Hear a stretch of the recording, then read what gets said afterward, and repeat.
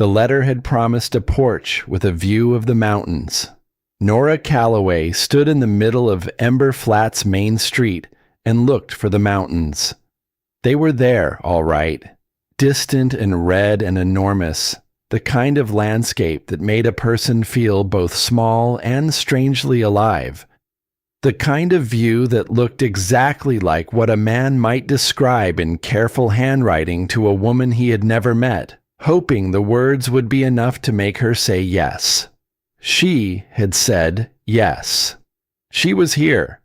And the porch could wait, because the man holding out a folded piece of paper to her right now did not look like someone delivering good news. He was one of 3 men standing near the hitching post outside the general store. Not the storekeeper, not a neighbor come to welcome the new arrival, but something harder to name. The kind of men who stood in groups and watched without smiling. The one who stepped forward was broad-shouldered with a face like old leather and eyes that moved over Nora the way a banker's eyes move over a ledger, calculating, not unkind, simply indifferent to what the numbers meant to the people they represented. "Miss Calloway," he said. Not a question. He had been expecting her. She took the paper because there was nothing else to do. The stage had already pulled away, her trunk sitting in the dust behind her, and the 3 men were the only people on the street who seemed to have any business with her at all. She unfolded the paper. She read it once. Then she read it again, more slowly, the way she had learned to read documents that seemed simple on the surface but carried weight in their margins. It was a debt notice. The debtor was listed as Callum Reed. The amount was large enough that Nora felt it in her chest rather than her head, the kind of number that didn't leave room for options. The due date was 30 days from the notice's filing, which had occurred, according to the stamp in the upper corner, 11 days ago. That left 19 days. And at the bottom, below the signature of one Harlan Greer, creditor and justice of the peace, there was a clause, a single paragraph, dense with language that most people would skim and most lawyers would study. Nora was neither, but she had spent 6 years reading documents that men assumed women couldn't understand. And she read this one with the particular attention of someone who had learned, the hard way, that the danger was always in the paragraph nobody mentioned. The clause stated that in the event of default, and in the absence of liquid assets sufficient to satisfy the debt, the creditor reserved the right to claim collateral in the form of indentured labor from any dependent of the debtor under the age of 16, said labor to be rendered at a location and under terms determined by the creditor, for a period not to exceed 3 years. The paper was very still in her hands. The wind moved through the street and lifted dust from the ground and carried the smell of dry wood and horse and distance. And Nora stood in the middle of all of it and understood, with the particular clarity that comes only in moments of great stillness, that she had traveled 9 days by rail and 2 more by stage to arrive at this. "Where is Mr. Reed?" she said. The broad-shouldered man nodded toward the far end of the street, where the road narrowed and began to climb. "His ranch is about 4 miles out. You're expected." He paused. "Mr. Greer wanted to make sure you received that before you got there. Figured it was only right, you coming all this way." Nora folded the paper. She put it in her coat pocket. She picked up the handle of her traveling bag, the smaller one she kept with her always, and she looked at the 3 men with the expression she had spent years perfecting. Not cold, not warm, simply present, simply unreadable. "Thank you," she said, and meant none of it. She arranged for her trunk to be held at the general store and hired a boy with a cart to take her out to the Reed Ranch, because the alternative was standing in the street, and that had never solved anything in her experience. The road climbed gradually through land that was beautiful in the way that country is beautiful when it has no interest in being looked at. It simply existed, enormous and indifferent, red rock and scrub grass, and the occasional cottonwood reaching for water it somehow always found. The sky was the particular blue that only appears in high, dry places, so vivid it looked painted, and Nora watched it and thought about the clause at the bottom of the debt notice and tried to remember everything she knew about contracts executed under duress. She knew a good deal. That had been the problem, in the end. Back east, in the offices of a shipping company, where she had kept the books for 6 years, and kept them honestly, right up until the moment it became clear that keeping them honestly was going to cost someone other than her very much money. The partners had not appreciated her honesty. They had, in fact, appreciated it so little that they had reframed it entirely. And by the time they were done reframing, Nora's name appeared in places it had no business appearing, and her reputation was the thing that had paid the price. She did not think about that often. She had found that the best use of a wound was not to examine it, but to learn from it. And what she had learned was that documents lied when people wanted them to, and that the best defense against a lying document was to be the person in the room who could read the lie. The ranch came into view as the cart crested a low rise, and Nora's first thought was that someone had built it with care.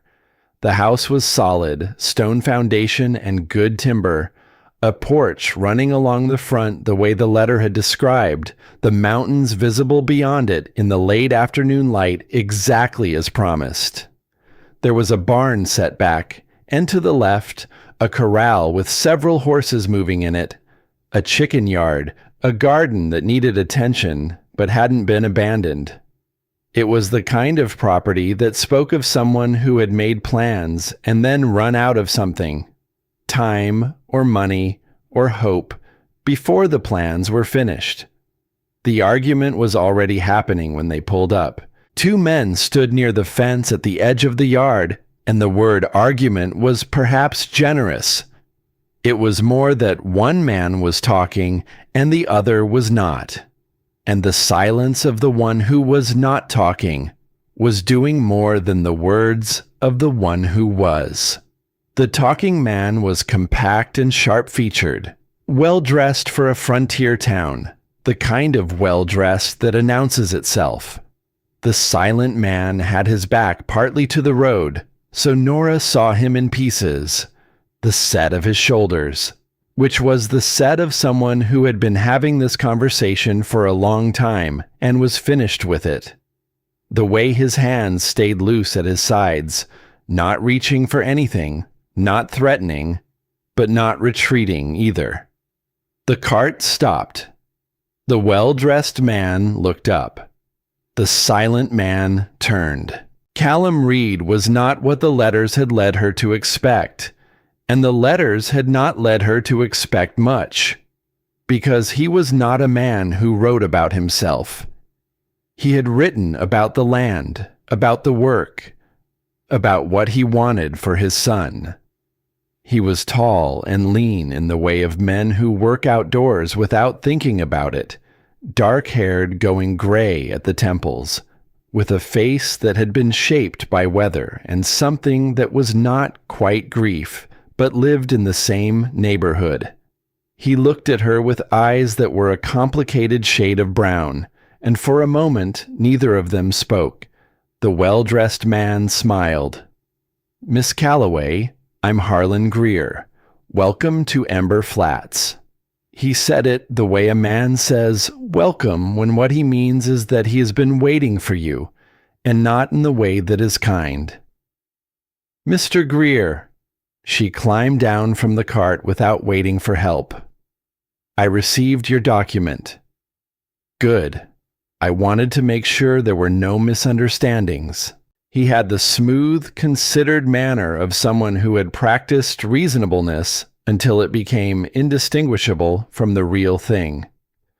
These are difficult circumstances, and I believe in transparency. Nora looked at Callum Reed. He was looking at her with an expression she couldn't entirely parse, somewhere between braced and something else, something that might have been shame if he'd had the room for it, but his jaw was doing too much work for shame to fit alongside everything else. "Thank you for the welcome," she said to Greer, which was not agreement and not dismissal, and which seemed to occupy enough of the silence that it gave her time to think. "I'll need a few days to review the situation before I have anything useful to say." Greer's smile held. "Of course, 30 days is 30 days. Well, 19 now, but the principle stands." He turned back to Callum with the easy posture of a man who knows he holds the better cards.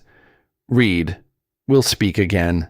He walked to his horse, mounted, and rode back toward town without looking back, the kind of exit that had been practiced too.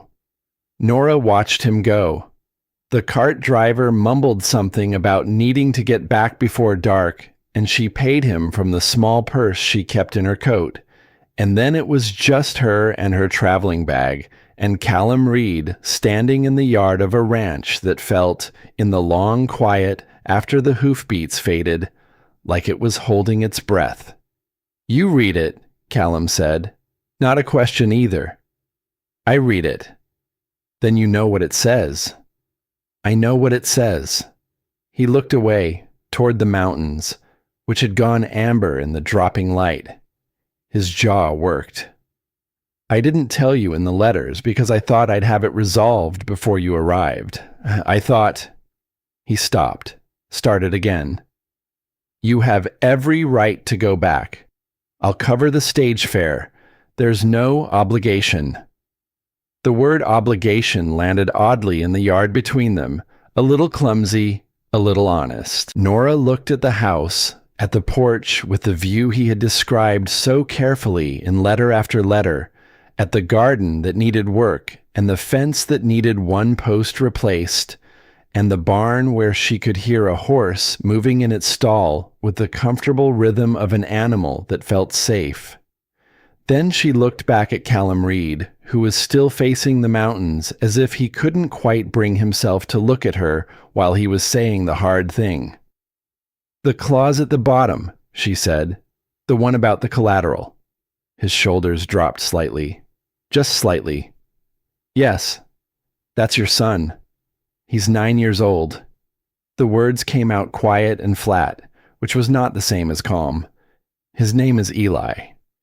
Nora had one more question, the one that had been forming since she read the document on the street, the one that mattered more than any of the others. "The contract," she said. "The original debt contract. Your wife signed it?" He turned then. He looked at her directly for the first time, and what was in his face was not shame and not grief, but something older than either of them, something that had been sitting in him for a long time, waiting for the right question to open the door. "She signed something," he said. "I never saw it until after she was gone. I don't know if what she signed is what Greer is holding now." The wind moved between them. A chicken made its way across the yard with great dignity and purpose. Nora reached into her coat pocket and took out the folded paper and looked at it for a third time. She was not looking at the numbers. She was looking at the way the clause was written, the particular phrasing, the syntax, the way certain words had been chosen over others that would have meant nearly the same thing, but not quite. She had read enough contracts in her life to know that the ones written by honest men were clear because they had nothing to hide, and the ones written by dishonest men were also clear, but in a different way. Clear in the sense that every word was load-bearing, every phrase selected to carry weight in one direction only. This document was the second kind. "I'll need to see the original contract," she said. "Everything your wife signed, everything filed with the court, all of it." Callum was very still. Why? She looked up from the paper. Because I think this document has been altered. She said it the way she said everything. Not with drama, not with performance, simply with the precision of someone who has stated a fact and is prepared to stand behind it. And if I'm right, there is no debt. There is only fraud. Whatever Callum Reed had expected her to say, that was not it. She could see it move through him, not hope, not yet, because a man in his position could not afford hope without proof.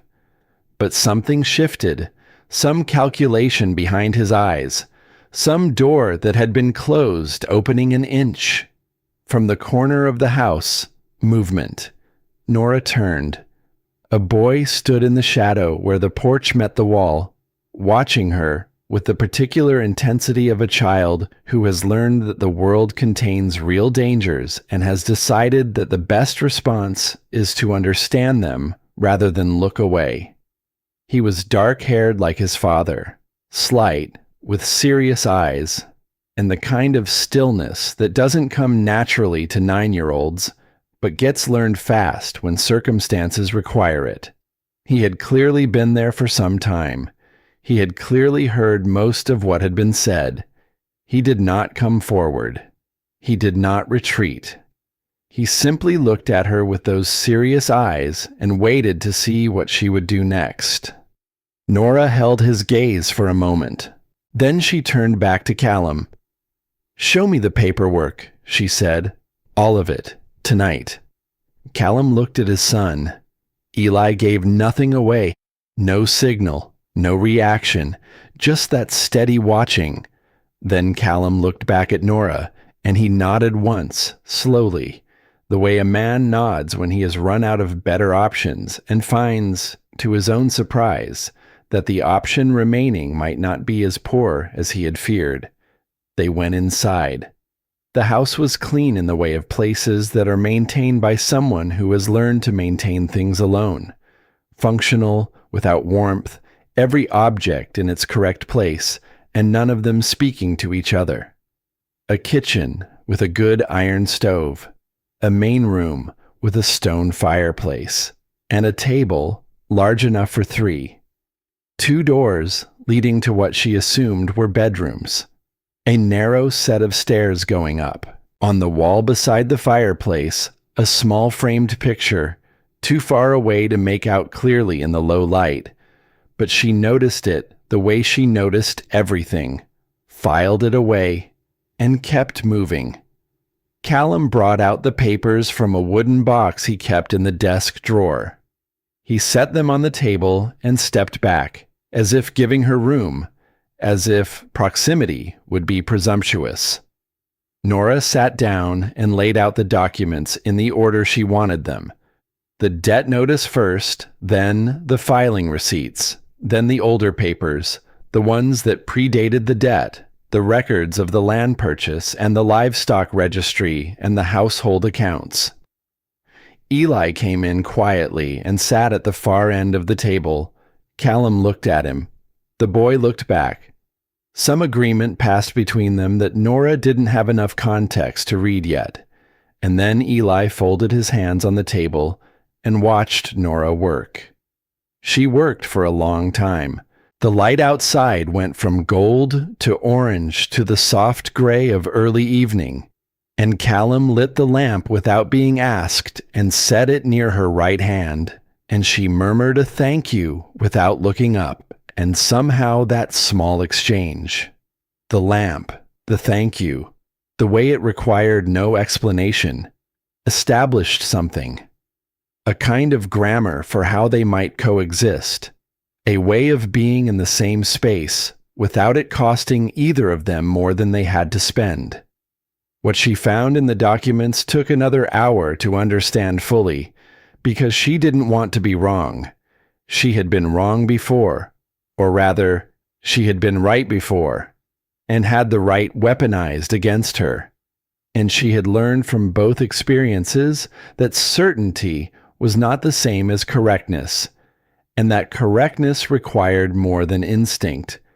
It required the specific, particular evidence that could withstand being looked at by someone who wanted it to fail.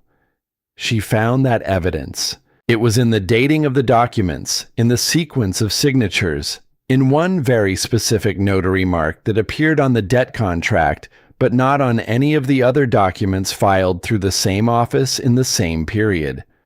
A mark that was close enough to legitimate to fool a casual reader, but was off in a way that Nora's particular eye, trained on 6 years of exactly this kind of discrepancy, could not dismiss as coincidence. She sat back. She looked at the lamp flame for a moment. "Mr. Reed," she said. "Callum." It came out flat, almost reflexive, like a correction he didn't entirely mean to make. She looked at him across the table. He was standing near the fireplace, arms crossed, the posture of a man who has been waiting for bad news long enough that the waiting has become its own kind of endurance. "Callum," she said, "the notary mark on this contract doesn't match any other document filed through this county's office in the past 4 years. I've checked it against 3 separate filings you have in this box. The variance is small enough that most people would miss it. I didn't miss it." The room was very quiet. Eli had gone entirely still. "What does that mean?" Callum said. "It means the document Greer is using to claim this debt was not notarized by any legitimate officer of this county." She put her finger on the mark in question, not pressing, just indicating. "Which means the contract is not legally enforceable. Which means the debt, as documented, does not exist." Callum stared at the paper for a long time.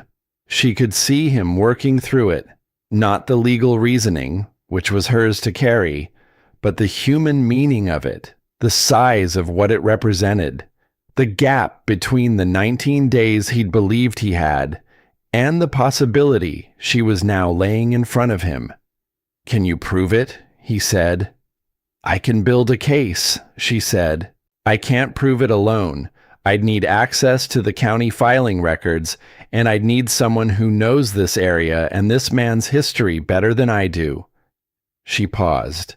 "But yes, I believe it can be proven." Eli spoke for the first time. His voice was even, unhurried, the voice of a boy who had decided some time ago that choosing words carefully was more useful than choosing them quickly. "Why would you do that?" Nora looked at him. "Because it's the truth," she said, "and because someone worked very hard to hide it." The boy held her gaze for a moment, taking her measure the way his father had not quite allowed himself to do. Then he looked down at the papers spread across the table, and then he looked at his father, and then he looked back at Nora. "The cornbread's going to burn," he said, and stood and went to the stove with the matter-of-fact efficiency of someone who has long since learned to keep one part of his mind on the practical world regardless of what the rest of it is doing. Nora looked at Callum Reed. Something had shifted in him in the last few minutes, some recalculation occurring behind the walls he'd built too high to see over. He was looking at her the way a man looks at something he cannot yet categorize. Not with suspicion, not with relief, but with the particular attention of someone encountering a variable he hadn't planned for. "You can have the room at the end of the hall," he said finally. "Eli made up the bed this morning." A pause, small and loaded. "He was hoping you'd stay." The lamp flickered. Outside, the mountains had gone dark against a sky just beginning to show stars, and the wind came under the door with the smell of dust and cold, and the particular loneliness of open country at nightfall. Nora gathered the papers into a neat stack and placed the debt notice on top, face up, the fraudulent notary mark facing the ceiling like an accusation waiting for the right moment to be heard. "I'll need coffee in the morning," she said, "before we start." Callum Reed almost smiled. It was very nearly imperceptible, and it was gone before she could be certain it had been there at all. "It'll be ready," he said. She picked up her traveling bag and went to find the room at the end of the hall, and behind her she heard the quiet sounds of the house settling into evening, the scrape of a pan, Eli's soft footsteps, the wind against the window glass, and it sounded, for just a moment, like something that might become familiar if she gave it time. She was not yet sure she would, but she was here, and the papers on the table did not lie. That, at least, was a beginning. The first morning came the way mornings did in that country, not gradually, not gently, but all at once, as if the sun had somewhere else to be and intended to get there. Nora was already at the table when the light came through the east window, the papers arranged the way she had left them the night before, her small notebook open beside them, the coffee Callum had set near her right hand, still sending up a thin thread of steam. She had been awake for an hour.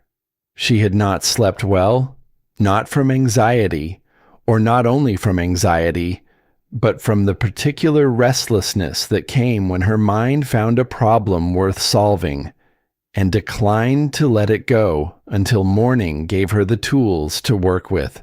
Callum moved through the kitchen behind her with the quiet efficiency of a man long accustomed to mornings alone. He did not speak. He did not hover. He made a second cup of coffee for himself and stood at the window for a moment looking out at the yard, and in the gray pre-dawn light he looked like something carved rather than grown, all angles and stillness, the kind of stillness that was not peace, but had learned to pass for it.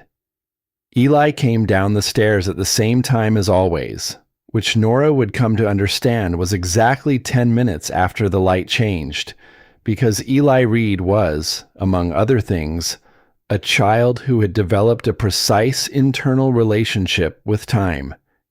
He ate his breakfast standing at the kitchen counter, watching Nora with those careful eyes, and then he went out to do the morning chores with the unhurried purpose of someone who had been doing them long enough that they required no thought. Nora worked. The county filing records were not in the box. Those would require a trip into town, which she was not yet ready to make. What she had were the ranch's own documents, and she worked through them with the methodical patience that had made her good at her profession, and had ultimately, in the way of things that are true, cost her the position in which she'd practiced it. She made columns, she tracked dates, she noted every instance in which a number or a signature or a date appeared in one document and should have appeared, by logical necessity, in another, and didn't. The pattern that emerged was not subtle once you knew where to look. It was only subtle if you were not looking, which was, she understood, the point. Callum came to the table sometime around mid-morning, when the sun had cleared the ridge and was laying itself across the floorboards in long, warm strips. He set a plate of bread and cold bacon near her notebook without comment, sat down across from her, and looked at what she'd laid out. He did not pretend to follow all of it. That was one of the first things she cataloged about him. He did not perform comprehension he didn't have. He simply looked at what was in front of him and waited. "The debt your wife contracted," Nora said, without looking up. "Do you know when she signed the original agreement?" "Spring, 3 years ago." A pause. "She was ill by then. Not badly, not yet, but she tired easily. She was trying to manage things while I was moving cattle north. She didn't want to worry me." "Did she tell you about the loan?" "She told me she'd made an arrangement to cover the cost of the new breeding stock. She didn't give me details. I didn't ask for them." Another pause. this one carrying more weight. I should have asked. Nora looked up then, briefly, and saw that he was not saying it for sympathy. He was stating a fact about himself, the way a man states the dimensions of a room, not to complain about the size, simply to acknowledge it. She went back to her work. The amount recorded in Greer's filing is not the amount your wife would have needed for the stock purchase. It's nearly double.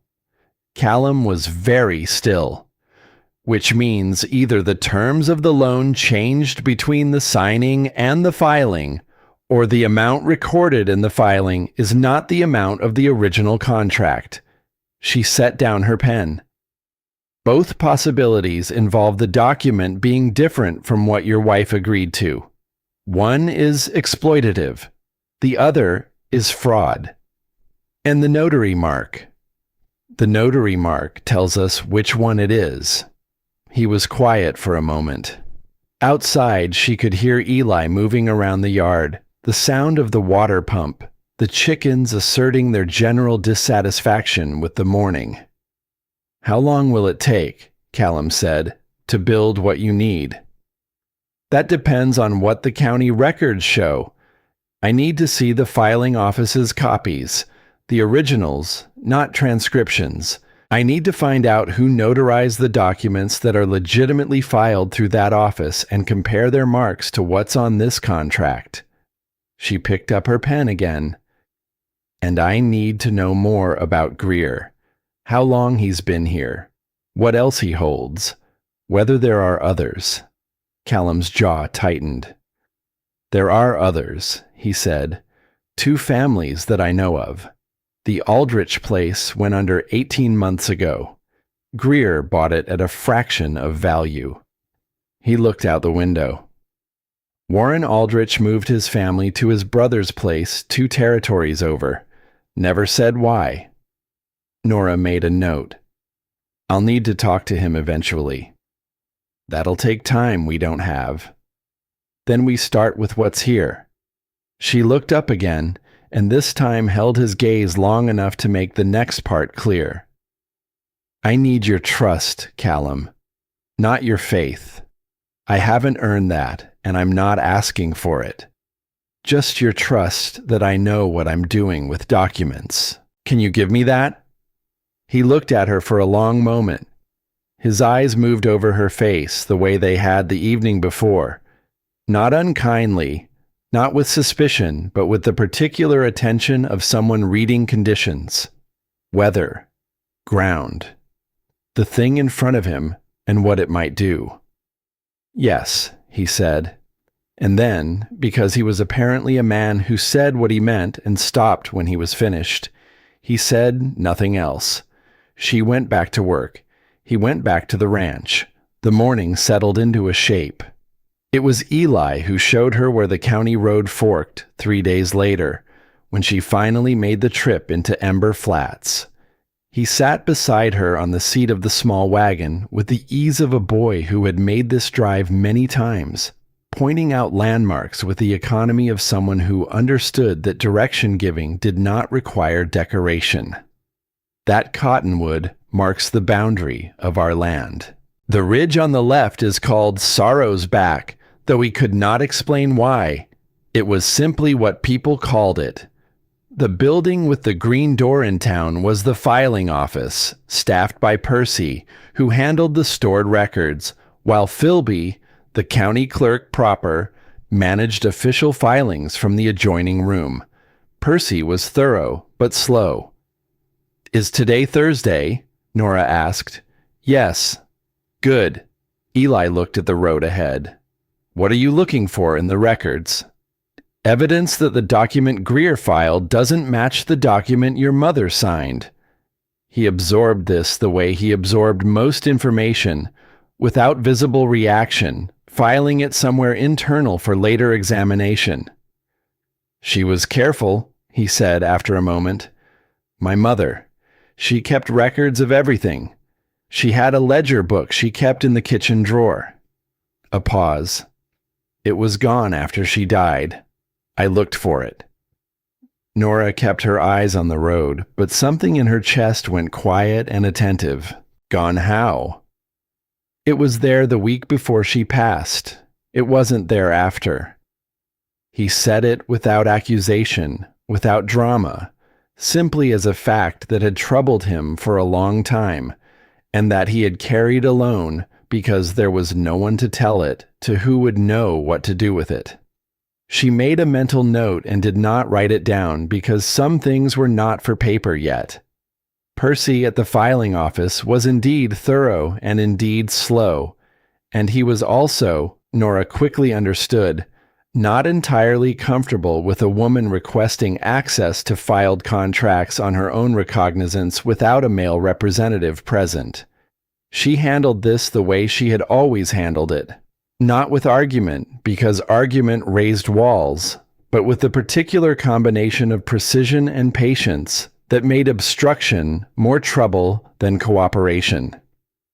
She explained what she needed. She explained it again, slightly differently, emphasizing the elements most likely to appeal to a man who took his filing responsibilities seriously. She allowed him to feel that helping her was his own idea. By the end of it, he had given her access to 3 years of filed debt contracts and left her alone with them for the better part of 2 hours, which was all she had needed. What she found confirmed what she had suspected, and went slightly further.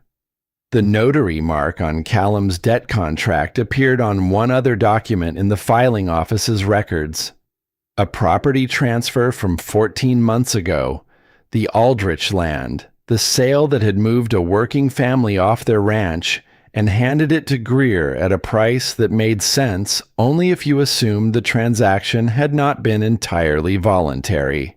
The mark on both documents was identical in its deviation from the legitimate mark she had been able to identify on 8 other documents filed through the same office. A small rotation in the inner seal, barely visible without comparison, invisible without the right eye. The same person had prepared both fraudulent filings, and that person was not Percy. She sat with that for a moment in the dusty filing room with its smell of old paper and wood oil, the sound of the street coming faint through the closed window. Then she closed the files, thanked Percy with the appropriate warmth, and went to find Eli, who was waiting outside with the wagon and an apple he had purchased from the general store, which he divided in 2 with a pocket knife with the matter-of-fact generosity of someone who had decided, provisionally, that she was worth an apple. She told him what she had found on the drive back. Not all of it. Not the implication about his mother's ledger. Not yet. But enough. He listened without interrupting, which was its own kind of trust from a boy his age. So it's the same person, he said, for both. The same mark at minimum, which means the same source. Greer, or someone working for Greer. The mark isn't his signature. It's a tool. Someone made it. Someone used it. I need to find out who. Eli was quiet the rest of the way home. Not a troubled quiet, a thinking quiet, the kind she was beginning to recognize as his particular mode of processing. Just before they reached the fork at the cottonwood tree, he said, without preamble, "There's a man who works at the land office in town. He does odd jobs for Greer. His name is Denny Cole. He has a scar on his left hand." Nora looked at him. "He was with Greer the day a man came to talk to my mother about the contract," Eli said. "I was 7. I watched from the top of the stairs. I remember because of the scar. I'd never seen a scar shaped like that before. Like a fishhook." Nora faced forward again. The cottonwood went by on the left, its leaves catching the afternoon light and throwing it back in pieces. "You have a good memory," she said. "I remember things I'm not supposed to have seen," he said, which was not quite a boast and not quite a confession, simply an accurate self-assessment. She filed Denny Cole's name and the scar shaped like a fishhook alongside the missing ledger and drove the rest of the way back to the ranch in the silence of someone who has found more pieces than expected and is beginning to see the shape of what they build. Callum was in the yard when they returned, repairing a section of fence with the focused economy of a man who does physical work the same way Nora did mental work, fully, without waste. He looked up when the wagon came through the gate, and something in his face asked the question he didn't put into words. "Progress," she said. "Not proof yet, but the shape of it." He nodded. He went back to the fence. She went inside. That evening, Callum made supper without ceremony, and they ate the three of them at the table as they had the 2 evenings before. And the quiet between them was a different quality than the first night. Less wary, more habitual. The quiet of people who have begun to establish a common rhythm without having discussed it. Eli ate efficiently and then asked to be excused and went upstairs. And then it was just the two of them with the remains of supper and the lamp and the window going dark outside. "Tell me about the Aldrich family," Nora said. Callum refilled his coffee. Warren Aldrich ran cattle on the southeastern quarter, about 300 acres. Good land, better water access than mine. He and his wife had been there 12 years. He turned the cup in his hands. About 2 years ago, Greer started coming around, offering to buy a parcel. Just a small piece, he said, for grazing rights. Warren said no. 6 months after that, Warren's wife signed a debt contract, same way mine did. 6 months after that, the debt came due, and Warren couldn't meet it, and Greer took the whole property. His voice was level, but the levelness was doing work. Warren didn't fight it. He just left. I think he was afraid of what fighting it would cost him. Did they have children? 3. Youngest was Eli's age. Nora looked at the lamp flame. "Greer is systematic," she said. "The wives, when the husbands are away or otherwise occupied. The contracts made to look routine. The fraudulent notarization that would require someone who knew what they were looking for to catch." She paused. "He's done this before, not just here."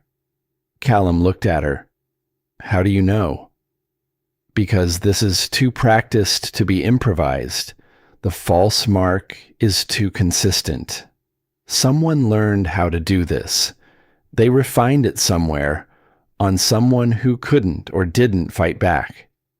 She looked up, "which means there may be a pattern somewhere in regional records if someone were to look for it." "That's a large project."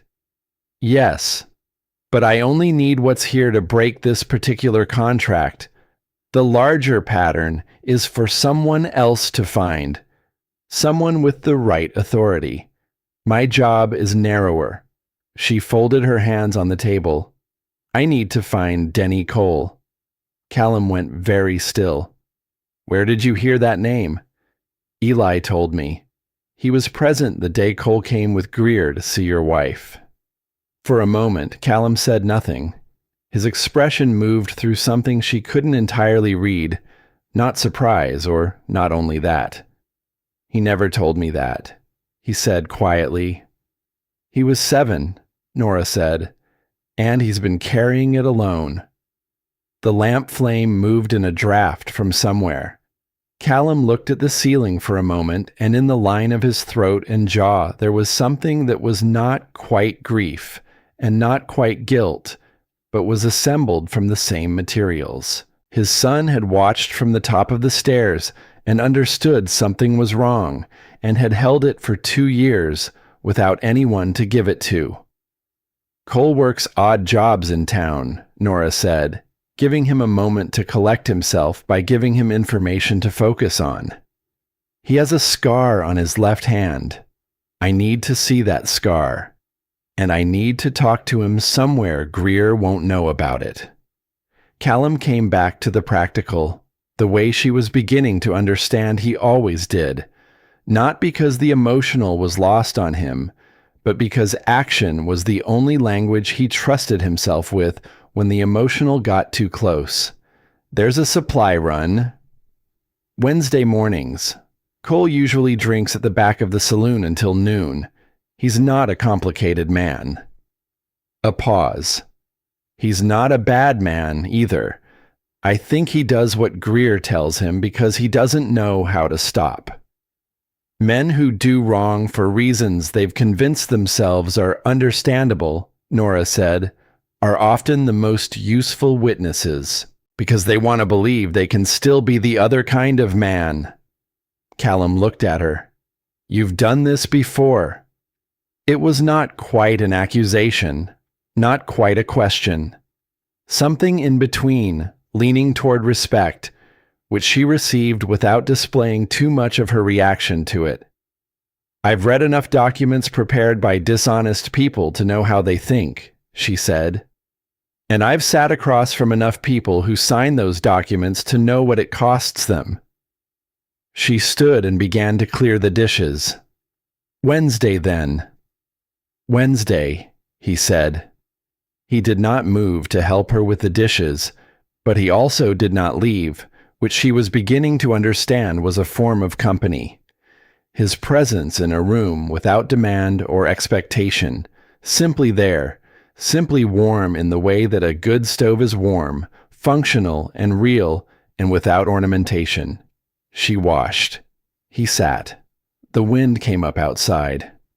You're not what I expected, he said eventually, to the table. She kept her hands in the water. What did you expect? He seemed to consider this seriously. Someone who needed things, he said. Someone I'd have to take care of.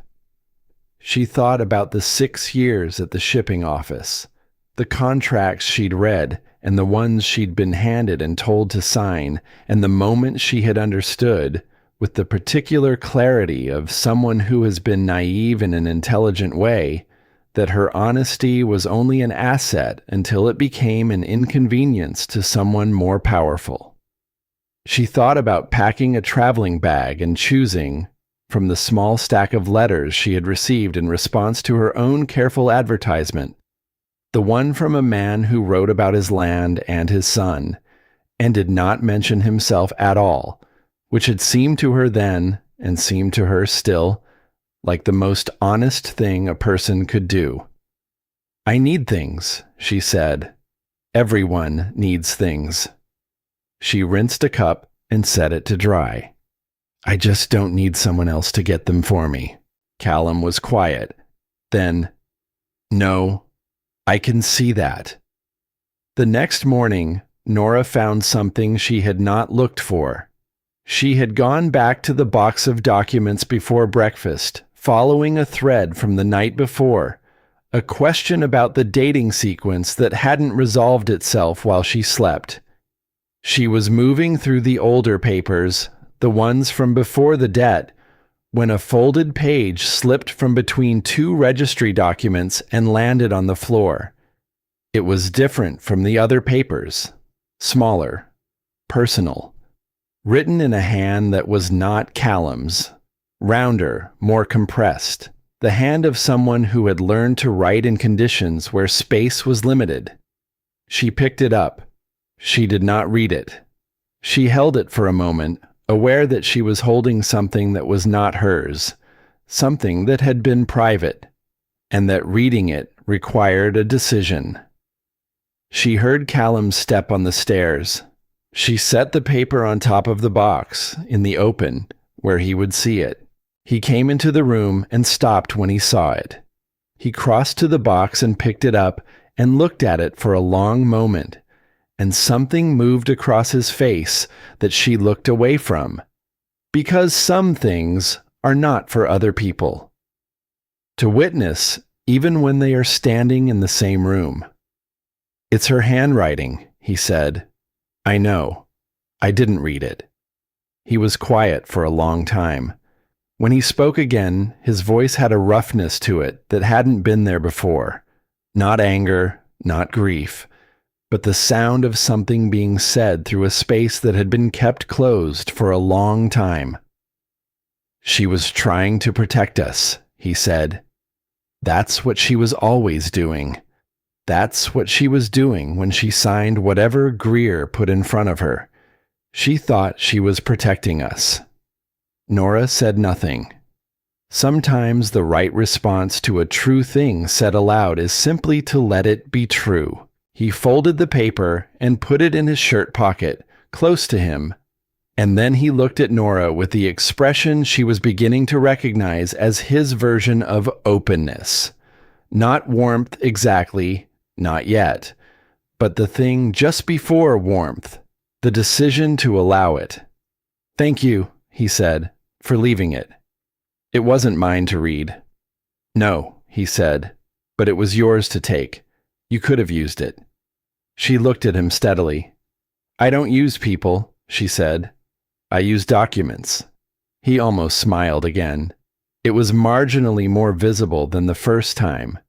She went to the kitchen to start breakfast, and behind her she heard him sit down at the table with the papers, and the morning light came through the east window and lay itself across the floor between them like something that had been waiting for permission to enter.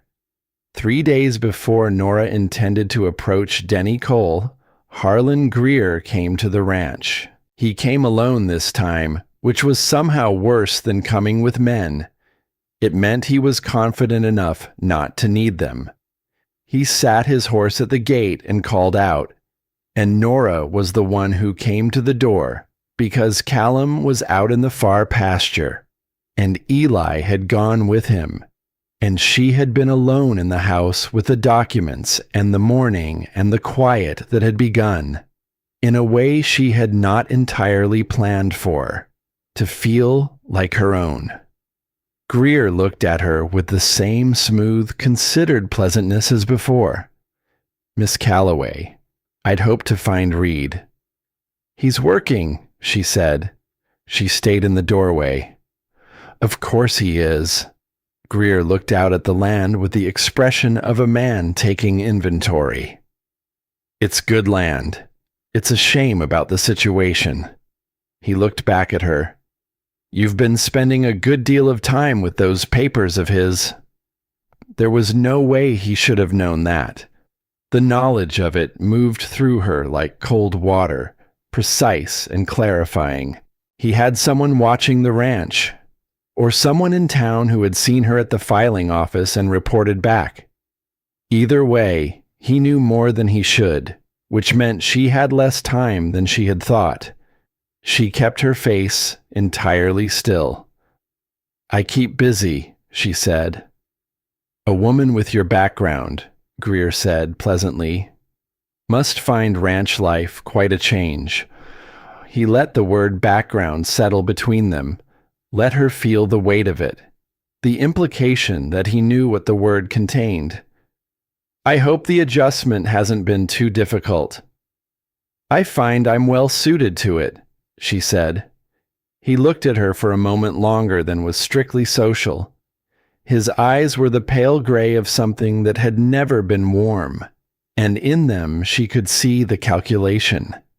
How much she knew, how much of a problem she was, whether she could be managed or would need to be handled differently. She looked back at him with the expression she'd perfected in 6 years of rooms full of men who assumed her gender was a limitation they could exploit, which was simply her own face, offering nothing. 19 days, he said. Well, 16 now. He touched the brim of his hat. Good day, Miss Calloway. He rode away. Nora watched him go. Then she went inside, back to the table, back to the papers, and she looked at the fraudulent notary mark for a long time. He knew she was looking, which meant she needed to move faster. That evening, when Callum and Eli came in from the pasture and supper was on the table and the lamp was lit, Nora told Callum about Greer's visit. She told it plainly, without drama, the way she told everything. When she was done, Callum sat with it for a moment. "He's watching," he said. "Yes." "Which means he's worried." She looked at him across the table.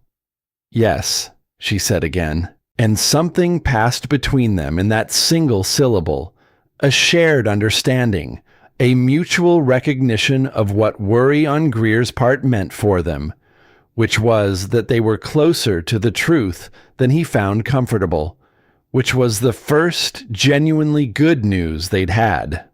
Eli looked from his father to Nora and back. He said nothing.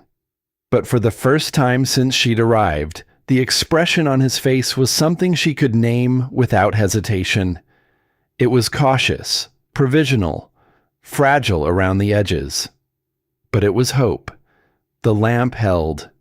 The wind came in under the door with the smell of coming weather. And in the morning, Nora decided she would find Denny Cole before Greer decided she had run out of time. The saloon at the back end of Ember Flats Main Street was the kind of place that existed in every frontier town. Not for drinking exactly, though drinking happened there, but for the particular kind of solitude that required other people nearby to feel complete. Men who did not want to be alone in their rooms but did not want to be spoken to sat at its tables on Wednesday mornings with their cups and their silences, and nobody asked them anything, and this was understood to be the arrangement. Denny Cole was at the corner table when Nora came in. She knew him by the hand. He had it wrapped around a cup, and even from across the room the scar was visible, pale against his skin, curved, exactly as Eli had described. A fishhook, the kind of mark that stays. She sat down across from him without asking. He looked up, startled, the kind of startle that comes from guilt rather than surprise. A man who has been waiting for a knock on a door will flinch at every sound in the hallway. He was younger than she had expected, somewhere in his early 30s, with the worn-down quality of someone who had made a series of small compromises and was only now beginning to understand their accumulated weight. She put the debt contract on the table between them. Not dramatically. Simply set it down, the way she would set down any document that needed to be examined. "I'm not here to threaten you," she said. "I'm here because I think you know this document is wrong, and I think that knowledge has been sitting with you for some time." Cole looked at the contract. He looked at her. He looked at the contract again. "I don't know what you're talking about," he said. But he said it the way a man recites something he has rehearsed, not the way a man says something he believes. "The notary mark," Nora said. "It appears on this contract and on the Aldrich property transfer. It doesn't match the legitimate mark from this county's office. You were present when Callum Reed's wife signed the original agreement. Eli Reed saw you." She paused. He was 7 years old and standing at the top of the stairs, and he remembered the scar on your hand because he had never seen one shaped like that before. Cole's cup stopped moving halfway to his mouth. "I don't want to use what I know to hurt you," she said. "I want to use it to stop Greer from taking a 9-year-old boy away from his father." She let that settle. "Tell me what happened the day the contract was signed, and tell me who prepared the version that was filed, and I will do everything I can to keep your name out of what comes next." The saloon moved around them, a chair scraping somewhere, the low exchange of words from another table, morning light lying in long stripes across the floor. Cole looked at his cup. He looked at his hand. He turned it over slowly, the scar facing up, and regarded it with the expression of a man looking at something he has tried not to see for a long time. "She was sick," he said. His voice was low. "Mrs. Reed. She was trying so hard not to show it, but you could see. Her hands shook when she signed. He stopped. The paper Greer put in front of her wasn't the one she'd agreed to. I knew it then. I didn't say anything. Why not? Because Greer told me my wife's brother owed him money. He said it flat, exhausted, as if the explanation had been heavy for a long time, and he was setting it down somewhere. And because I told myself it wouldn't matter, that it would be paid back before it came to this. He looked up. I was wrong about that. Nora looked at him steadily. Will you say what you just told me in front of a judge? Cole was quiet for a long time, long enough that the morning light shifted, long enough that Nora began to understand what the silence was made of, not refusal, but the particular fear of a man who has lived inside a compromised arrangement and cannot yet imagine what the air is like on the other side of it. If Greer finds out before you're ready to move, he said, I won't be much good to anyone. Then we'll move before he finds out. She picked up the contract. Don't tell anyone we spoke. Go about your work. I'll come to you when I know the timing. She left him at the corner table and walked out into the brightness of the mid-morning street, and did not look back, because looking back was for people who weren't sure they'd done the right thing, and she was sure. Callum was waiting with the wagon at the edge of town.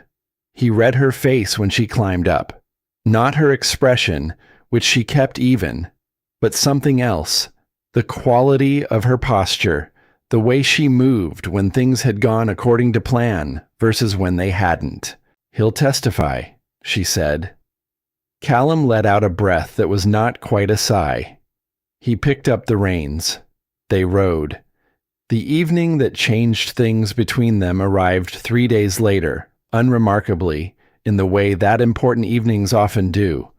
Not announced, not decorated, simply there when they turned around.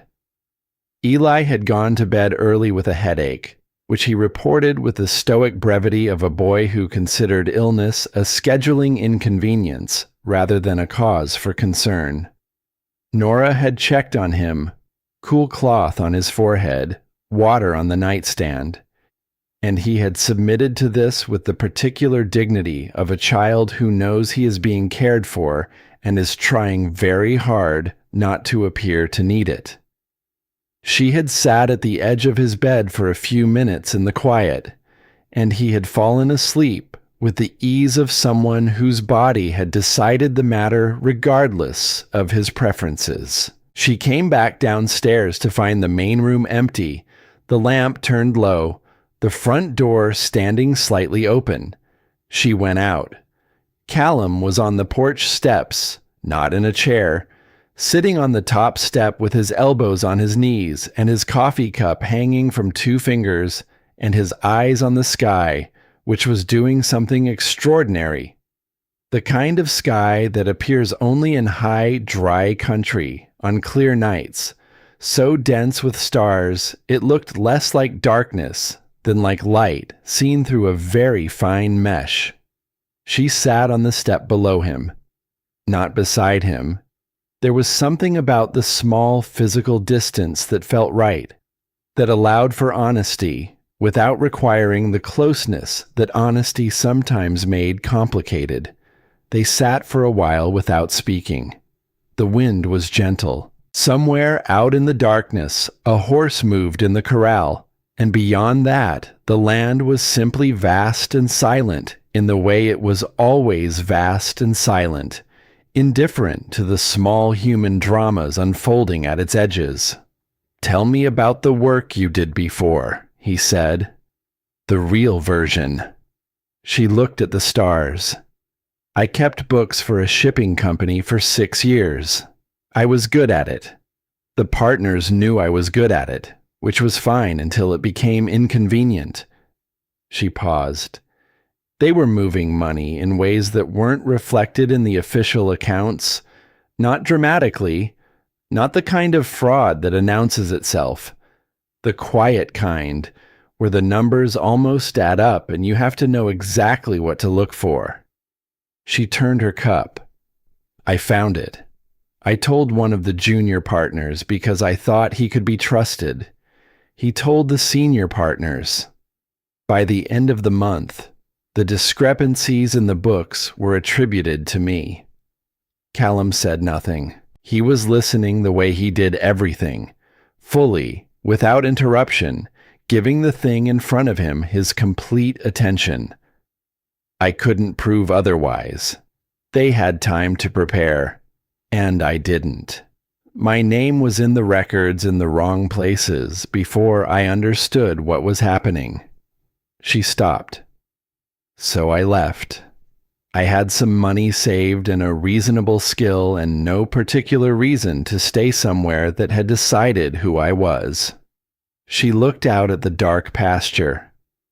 The advertisement for your situation seemed like a place where my skill might be useful rather than threatening. And the other reasons, Callum said, quietly, not pressing, simply noting that there were some.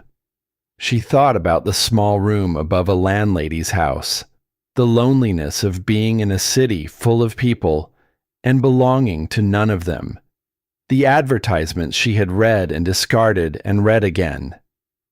I wanted somewhere that was mine, she said, even provisionally, even uncertainly.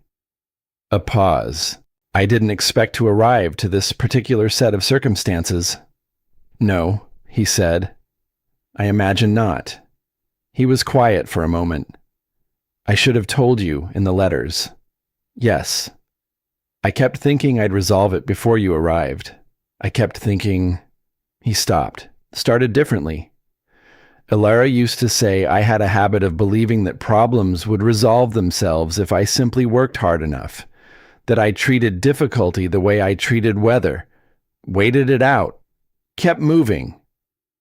His voice had the careful quality of someone handling something fragile. She was right about that. It was the first time he had said her name to Nora, the name of his wife, Elara. It sat between them gently, without drama, like something that had always been in the room and had only now been acknowledged.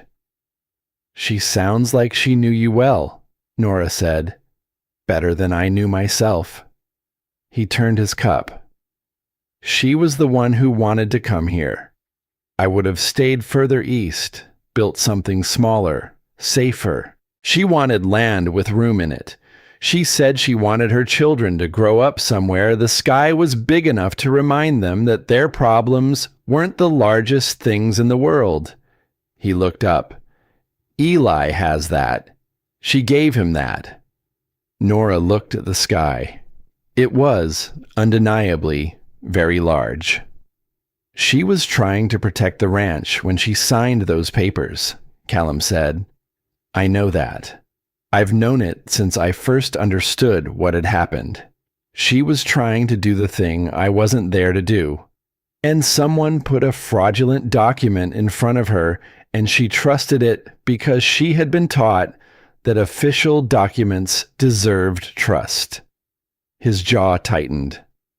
I can't be angry at her for that. I tried to be early on because anger was easier, but I couldn't make it hold. Grief is like that, Nora said. It doesn't cooperate. He looked at her. The lamp light from the interior fell across the side of his face, the angle of his jaw, the particular quality of his eyes in a moment of genuine openness. And she understood, sitting there on the step below him, that she was seeing behind the wall. Not through a gap in it, not around it, but actually behind it. In the space where the man lived who did not show himself to the world because the world had given him limited reason to believe showing himself was safe. You didn't have to stay, he said. When you read that document in the street, you could have turned around. I know. Why didn't you? She thought about it honestly, because he deserved honesty and because she had been asking herself the same question at intervals since she arrived. The practical answer was true.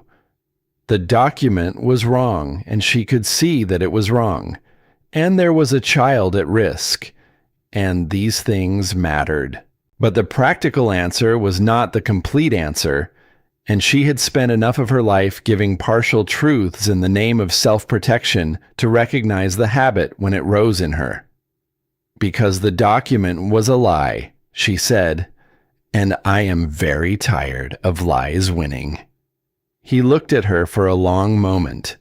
Then he looked back at the stars, and the hush between them was not careful or managed. It was simply open, the way a window is open when someone has decided the air outside is worth the risk of weather. They did not touch. They did not need to, not yet. But when Nora finally said goodnight and went inside, she was aware that something had shifted in the architecture of the house, some weight redistributed, and that tomorrow would be inhabited slightly differently than yesterday had been. She was halfway up the stairs when she heard him say, quietly, to the night, or to her, or to both, "Good night, Nora." Not Miss Calloway. Her name. She kept moving, but she took it with her. What followed in the next days was the intimacy of shared work, not the dramatic intimacy of confession and crisis, but the quieter kind that builds between people who are solving a problem together and have begun, without discussion, to trust each other's methods. Callum pulled records she asked for without requiring her to explain every step. She included him in her reasoning without requiring him to perform expertise he didn't have. They developed a grammar for working in the same space that was efficient and, in its efficiency, strangely warm. Eli watched all of it with the careful attention of a boy who has learned that the important things are usually happening slightly off to the side of where the adults think they're happening. He had begun, provisionally, to include Nora in the small routines of his day, showing her which boards on the porch were soft, which mare was temperamental in cold mornings, where the creek ran clearest for drinking water.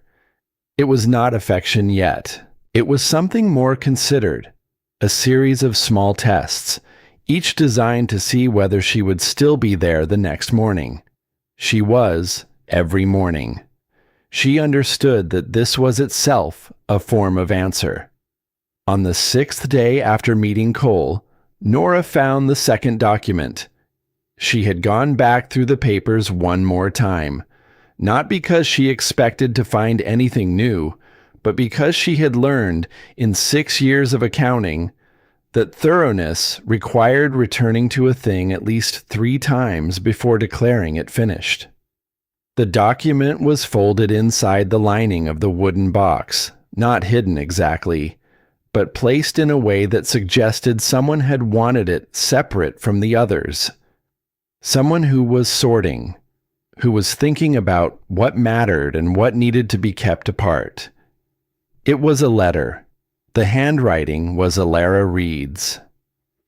Nora recognized it now from the paper that had fallen on the floor. Short, unfinished, written in the compressed and urgent way of someone who is ill and knows it and is trying to say something before the time runs out. She did not read beyond the first 2 lines before she understood what it was. She folded it carefully and sat with it for a moment, her hands flat on the table, breathing steadily. Then she went to find Callum. He was in the barn.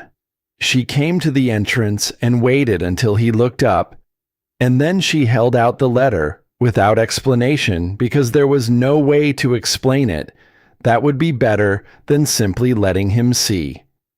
He crossed the barn and took it from her and read it.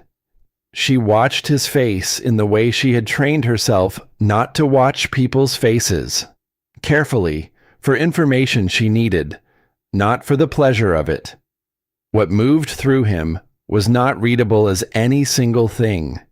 It was too large for a single thing. It used his whole face and his shoulders and the set of his hands around the paper, and it lasted a long time. And when it was finished, he looked like a man who has put something down after carrying it so long he had forgotten it was separate from him. She knew, he said. She suspected, Nora said. She wrote it down so that someone would know, if she couldn't say it herself. She names him. Yes. And she names the man with him. Cole, Nora said, which confirms what he told me, and means his testimony will corroborate a document that Greer can't dismiss as fabricated, because it was written in her hand before she died and has been in this house ever since. She paused. This changes the shape of what we can do. Callum folded the letter slowly. His hands were very steady, which was the kind of steadiness that is not natural, but chosen. She left it for someone to find, he said. She knew she might not have time to do more than leave it. Yes. He looked at Nora. You found it? It was in the box. I went back through everything.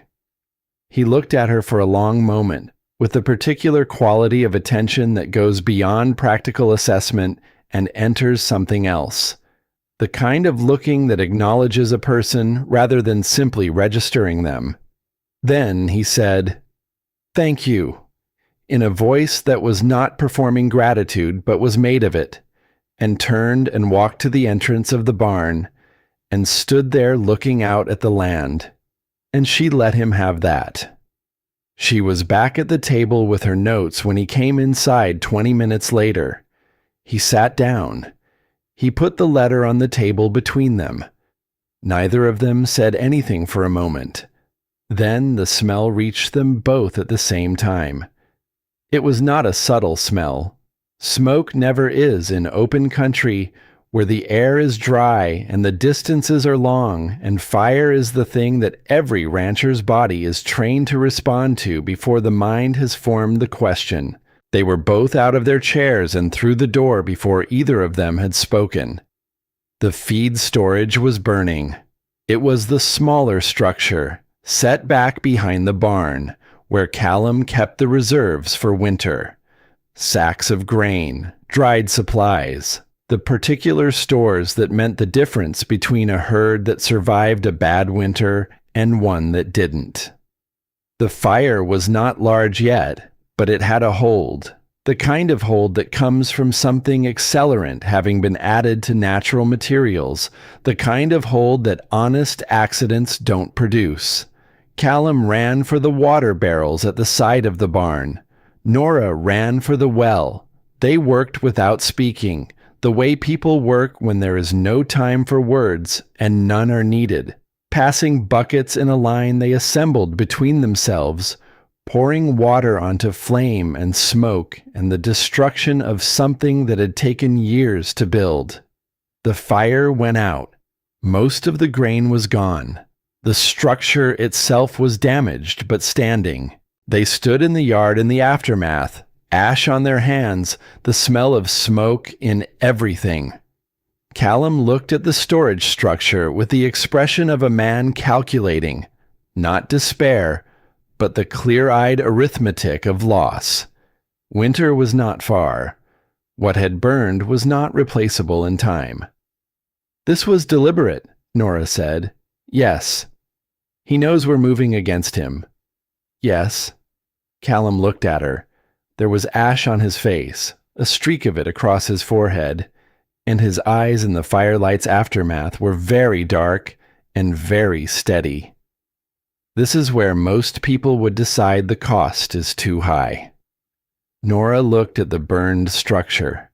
She looked at the ranch house. She looked at the window on the upper floor where, she knew, Eli was watching, because Eli always knew when something had happened even before anyone told him. The pale shape of his face was barely visible in the darkness. Most people, she said, haven't seen the documents. Callum looked at her for a moment. Then he looked at his son's window. Something resolved in his face. The last of whatever ambivalence had been there, whatever part of him had been holding a door open to the possibility of retreat. "We'll need to move faster," he said. "Yes," she said. "We'll need coal, and your wife's letter, and the county records, and we'll need someone with sufficient authority to hear it before Greer can find a way to bury it." She paused. "The traveling judge, the one who comes through on circuit, when is he next due?" 8 days, Callum said. Nora looked at the ash settling in the yard, the slow dying of the last embers.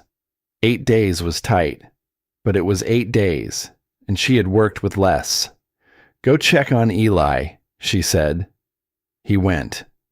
She stayed in the yard for another moment, looking at the damage, calculating what could be salvaged and what couldn't, the way she had always done. Not mourning what was lost, but mapping what remained, because that was the only honest place to begin. The lamp in Eli's window stayed on for a long time that night. Nora could see it from the table where she worked, a small, steady light in the darkness above the yard.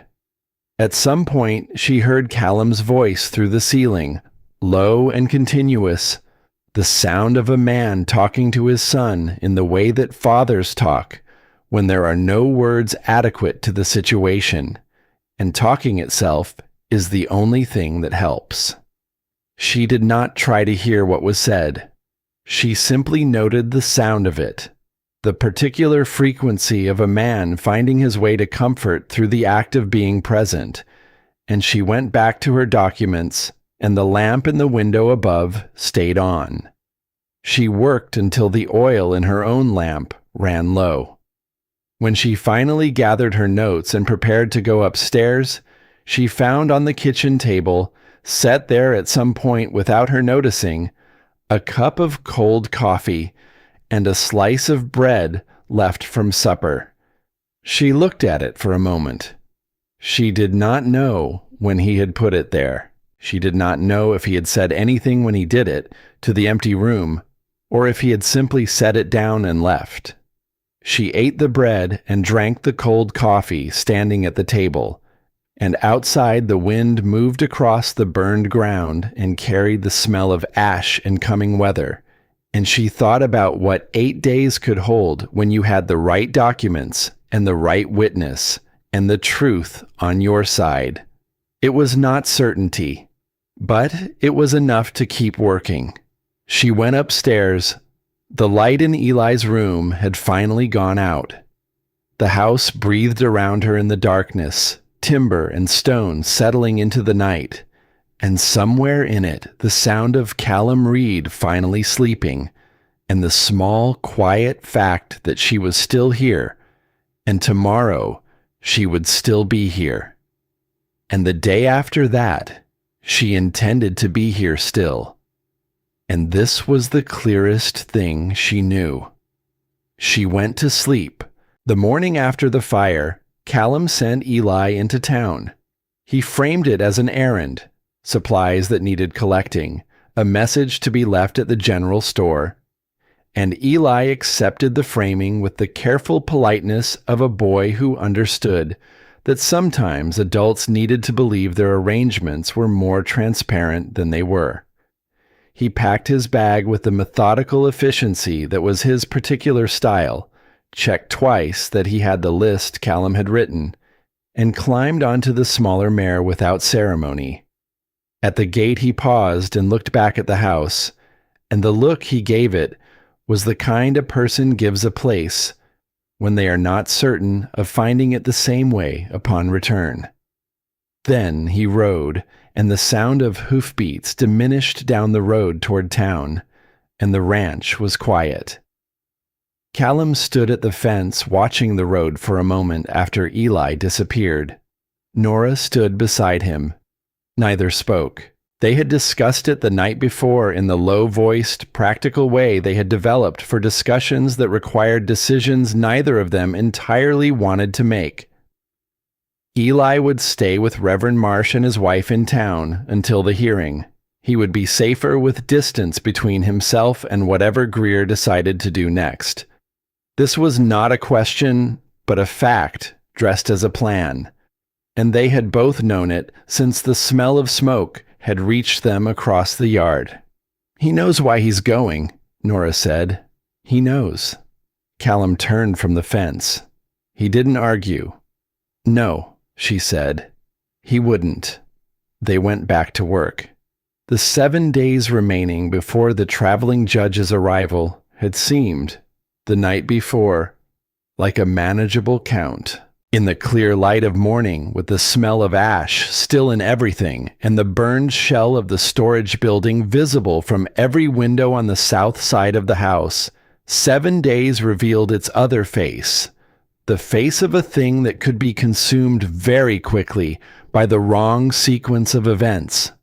Nora had her documents in order. She had Alara's letter.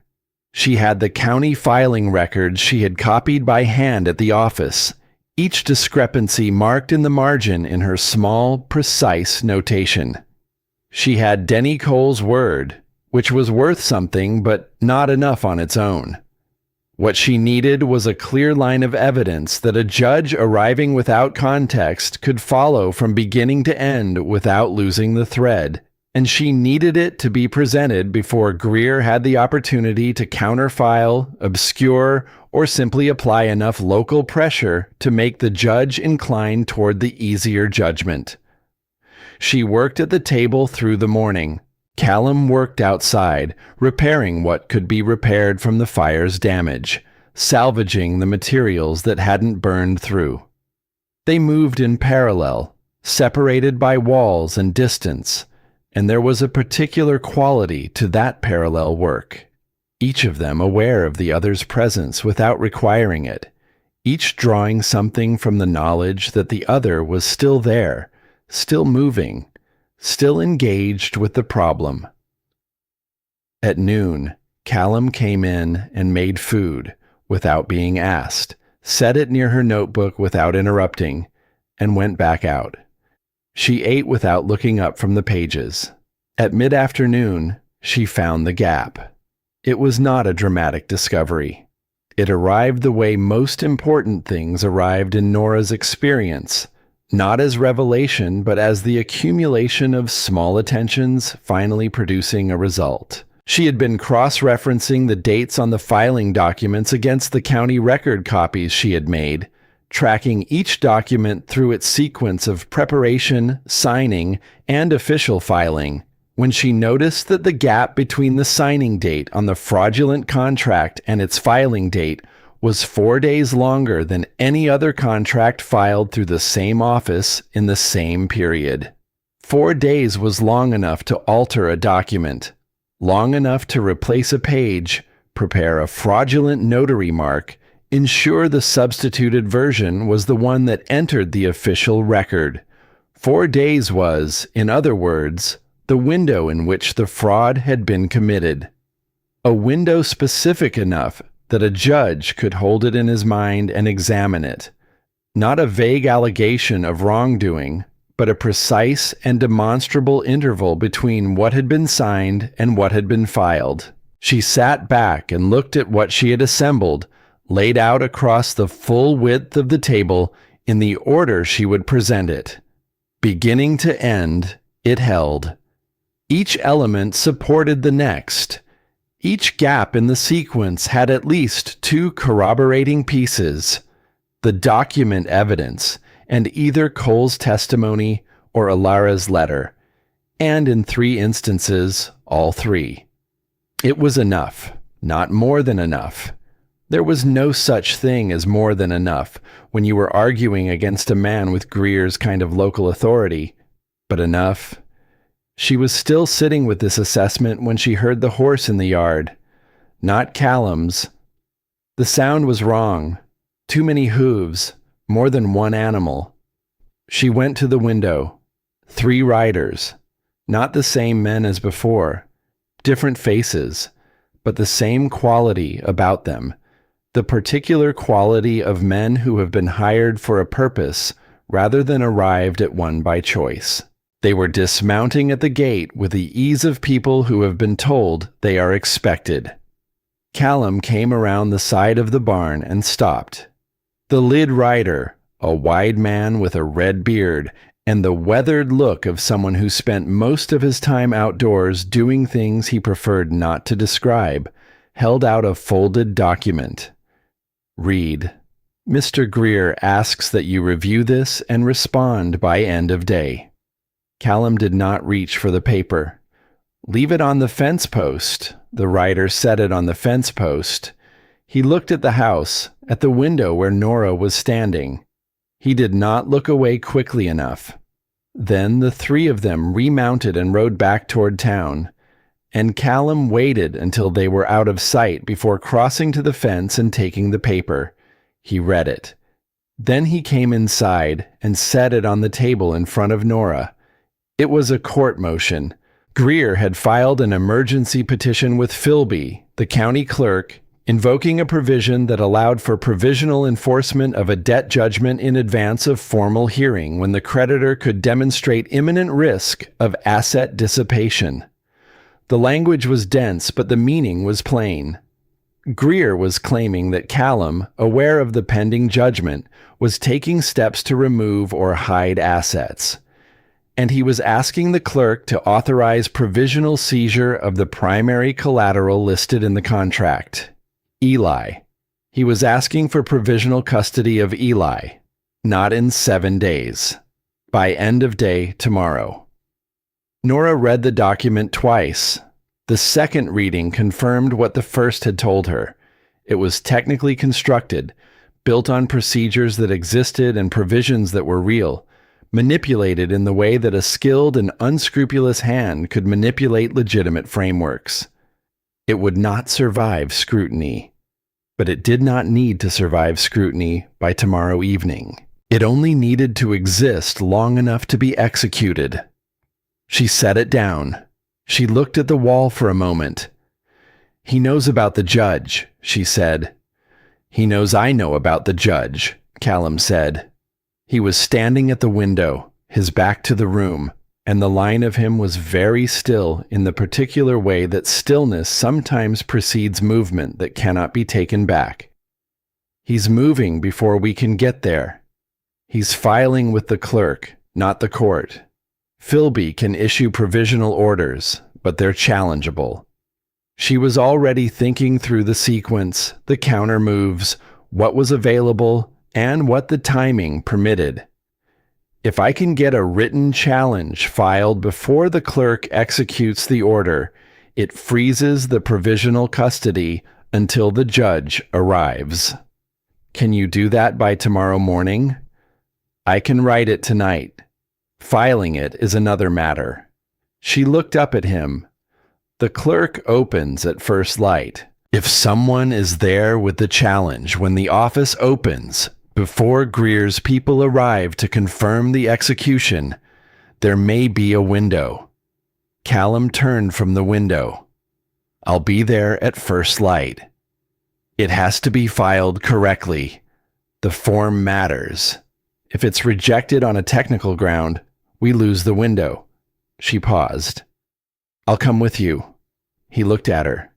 If you come, the ranch is empty. The ranch is already a target. Leaving me here doesn't change that. She held his gaze. But if the filing is rejected because I wasn't there to correct it in the moment, we won't get a second chance. The calculation moved through his face, not slowly, because Callum Reed did not make decisions slowly when the stakes were clear. He simply needed to be honest about what he was choosing. All right, he said. We go together. She wrote through the evening. Callum sat across the table and read the documents she handed him as she finished each section, not checking her work. He couldn't, not in the technical sense, but bearing witness to it, which was its own kind of function. There was something about having another person present for the work that changed the quality of it. Not the accuracy, but the weight. as if the words gathered more gravity when written under another person's attention. At some point, he made coffee. At some point, the lamp needed oil, and he filled it without her asking. These were small things, and she registered them the way she registered all useful information, precisely with full attention to what they meant. Around the second hour of the night, she looked up from a page and found him looking at her. Not at the documents, at her. With the particular quality of attention she had come to recognize as his version of something he hadn't yet found words for. She did not look away. Neither did he. The lamp held its flame in the still air. "When this is finished," he said carefully, "I'd like to ask you something." "Ask it now," she said. He considered that. "No," he said, "when it's finished. Some things shouldn't be asked in the middle of a fight." She held his gaze for another moment, long enough to let him know she had heard it. Long enough for both of them to understand that the question and its anticipated answer had entered the room and would remain there until there was space for them. Then she looked back at her pages. She worked until the document was complete. It was, she believed, as solid as she could make it with the materials available. Not elegant, not more thorough than it needed to be, but precise and clearly reasoned. Each claim attached to specific evidence, each procedural argument grounded in the provisions of the code she had reviewed in the county records. She read it through one final time, made 2 small corrections, and set down her pen. "It's done," she said. Callum looked at the stack of pages. "Will it work?" "It should work," she said. "Whether it will depends on the clerk and how much pressure Greer has already applied." A pause. "But it's the truth, and it's documented, and those 2 things together are harder to dismiss than either one alone." They left before dawn. The road to town was dark in the way that country roads are dark. Not the managed darkness of streets between buildings, but the total darkness of open land under a clouded sky, where the only light comes from the horse's sense of direction and the particular instinct of people who have learned to trust the road even when they cannot see it. Callum drove. Nora sat beside him with the documents in her bag, her hand resting on the bag's clasp, not from anxiety, but from the straightforward desire to know it was still there. They did not talk much on the road. They had passed the point, somewhere in the previous weeks, where silence required filling.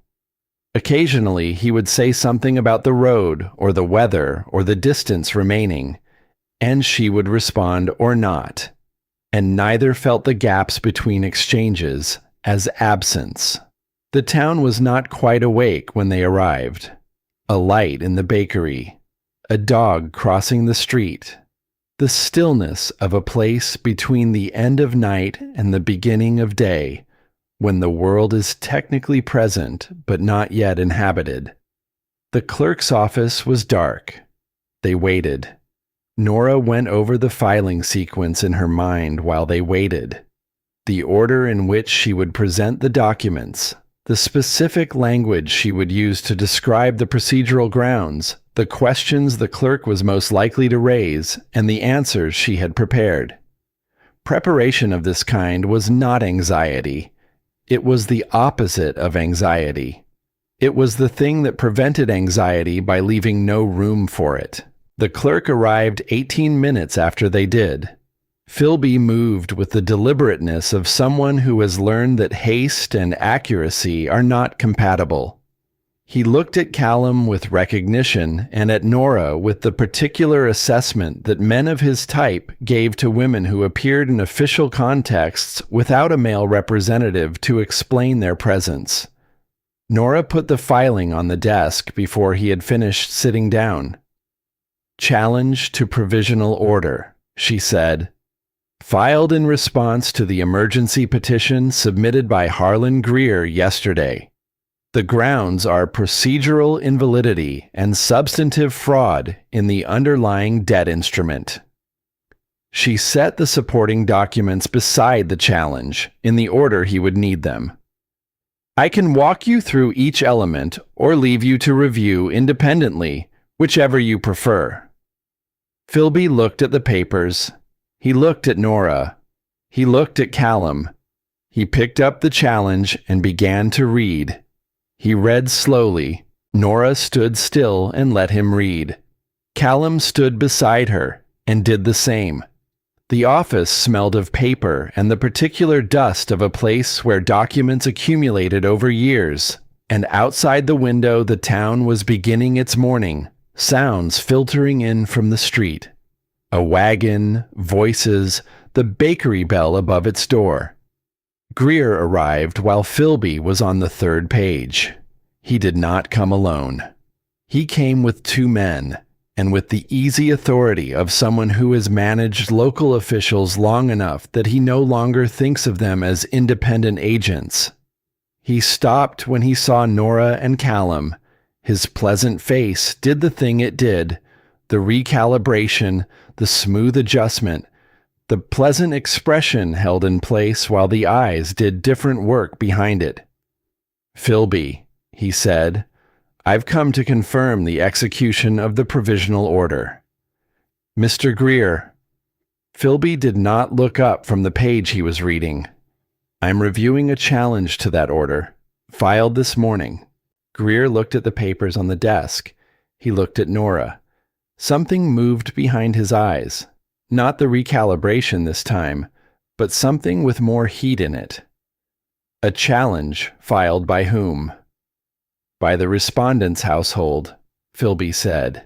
He turned a page. "On what grounds?"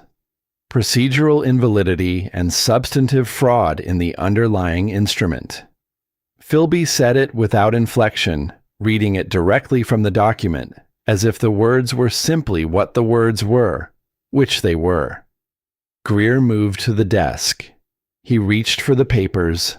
Nora put her hand on them first. Not snatching, not dramatic, simply present. Her hand flat on the documents with the calm of someone who has every right to be where they are. "Those are filed documents," she said. "Once filed, they're in the clerk's custody." Greer looked at her hand. He looked at her face. The pleasantness was still there, but it had become a different kind of pleasant, the kind that is maintained through effort rather than habit.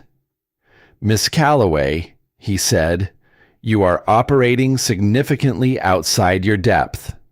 "That's possible," she said, "but the filing stands regardless." He looked at Philby. "I want that challenge rejected.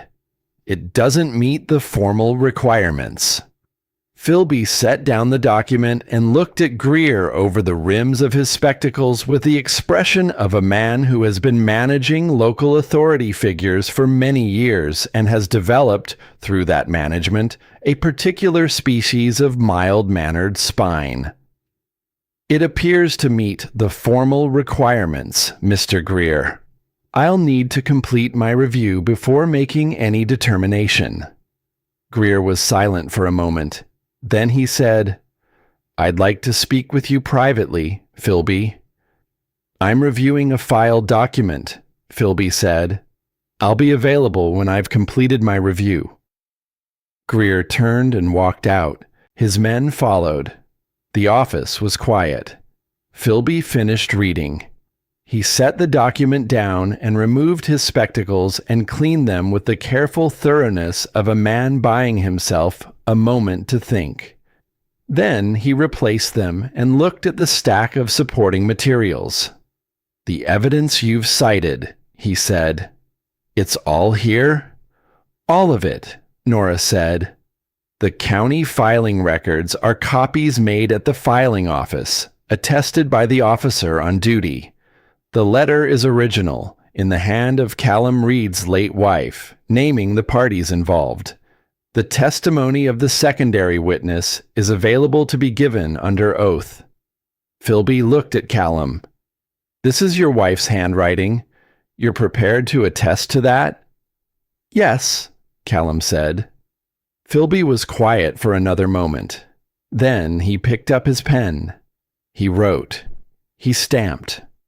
The sound of it landing on the paper was the most complete sound Nora had heard in a very long time.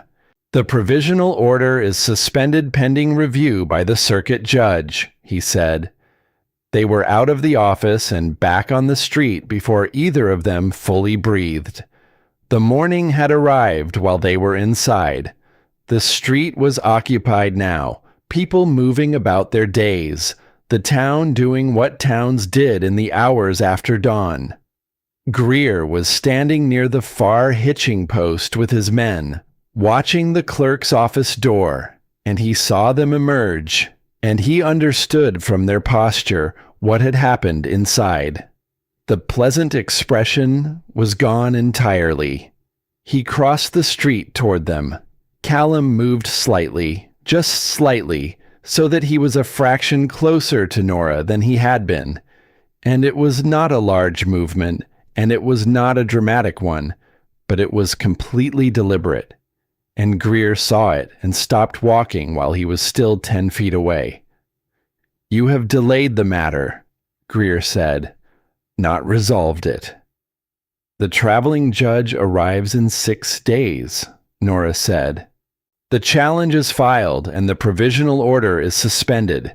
If you have grounds to contest the challenge, file a counter-response through the clerk. She looked at him steadily. Through proper channels, in writing, where it can be reviewed. Greer looked at her for a long moment. Then he looked at Callum. Then he looked back at Nora. And what was in his face now had no pleasantness left in it at all. It was simply the face of a man who has realized that the opponent he underestimated has found better ground than he expected, and who is calculating the cost of the next move.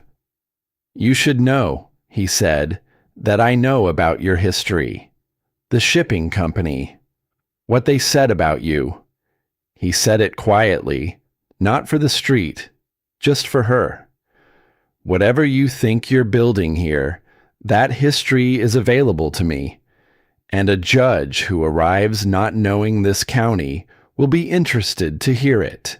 Nora felt it land, not as pain, but as the thing it was, a weapon aimed at the place where she was most likely to yield. She looked at Greer with the expression she had built over 6 years for exactly this kind of moment, the expression that gave nothing, that held its own ground, that declined to be moved by the thing aiming to move it. Then we'll both present our histories, she said, and the judge can examine which one is supported by documents and which one is supported by reputation. Greer looked at her for another long moment. Then he turned and walked away, and his men went with him, and the street continued its mourning around the space they left. Callum stood beside her. He did not say anything. He simply stood there, present and steady, and after a moment she felt his hand brush hers, not taking it, not holding it, just a brief and deliberate contact, the lightest possible acknowledgement of what had just happened, offered and withdrawn before the street could notice. She looked at him. He was already looking at the middle distance with the expression he wore when he was thinking about something he would say later, when there was room for it. 6 days. She went to see Eli at the Reverend's house before they left town. He was sitting at the kitchen table with a book when she arrived, and he closed it with the particular composure of a boy who has been waiting and has decided that waiting without showing it is the best available option. He looked at her face and read what was there. Not all of it, but enough. The judge is still coming, he said. In 6 days, she said. The order is suspended until then. You're safe here until we're ready. He nodded. Then, with the careful deliberateness of someone who has made a decision and is going through with it regardless of the exposure it involves, he said, "I'm glad you stayed. When you first read that paper in the street." He looked at the table. "I watched from the window. I thought you were going to leave." Nora looked at him for a moment, at the serious face and the careful eyes, and the child underneath both of them who had been carrying things too heavy for his particular set of years. "I thought about it," she said honestly. He looked up. "And then I read the document," she said, "and it made me angry. And I find that anger is a useful thing when it's pointed in the right direction." Eli considered this with the gravity it deserved. Then he said, "My mother used to say that the people worth trusting are the ones who get angry at the right things." Nora sat with that for a moment, with the weight of it, and the warmth of it, and the fact that the woman who had said it had left a letter in a box for someone to find, and that someone had found it, and that perhaps that was not accident, but the particular persistence of true things that refused to stay buried. She was right, Nora said. She left him to his book and went back out to where Callum was waiting with the wagon, and they drove home through the mid-morning light with 6 days ahead of them, and the smell of coming weather in the air and the easy quiet between two people who have stood on the same side of something difficult and find themselves, on the other side of it, slightly closer than they were before. The ranch was still standing when they returned. The burned storage building still sat in its ruin at the back of the property. The house still held its shape against the sky, stone and timber, and the porch with the view of the mountains that a man had described carefully in letters to a woman he had never met. Nora got down from the wagon and stood in the yard for a moment, looking at it all. 6 days. Everything she had built pointed in the right direction. The question was whether the direction was enough. She went inside and put the kettle on and opened her notebook to the next clean page, because 6 days was not a long time and there was still work to do, and working was what she did when the stakes were real and the ground beneath her was the truest thing she had stood on in a very long time. The traveling judge arrived on a gray morning with a saddlebag full of case files and the unhurried manner of a man who has seen enough frontier disputes to know that urgency, while real, rarely benefits from being performed. His name was Aldred, and he set up in the largest room of the boarding house, which served as the closest thing Ember Flats had to a courtroom, and he reviewed the filed documents for 2 hours before calling anyone into the room.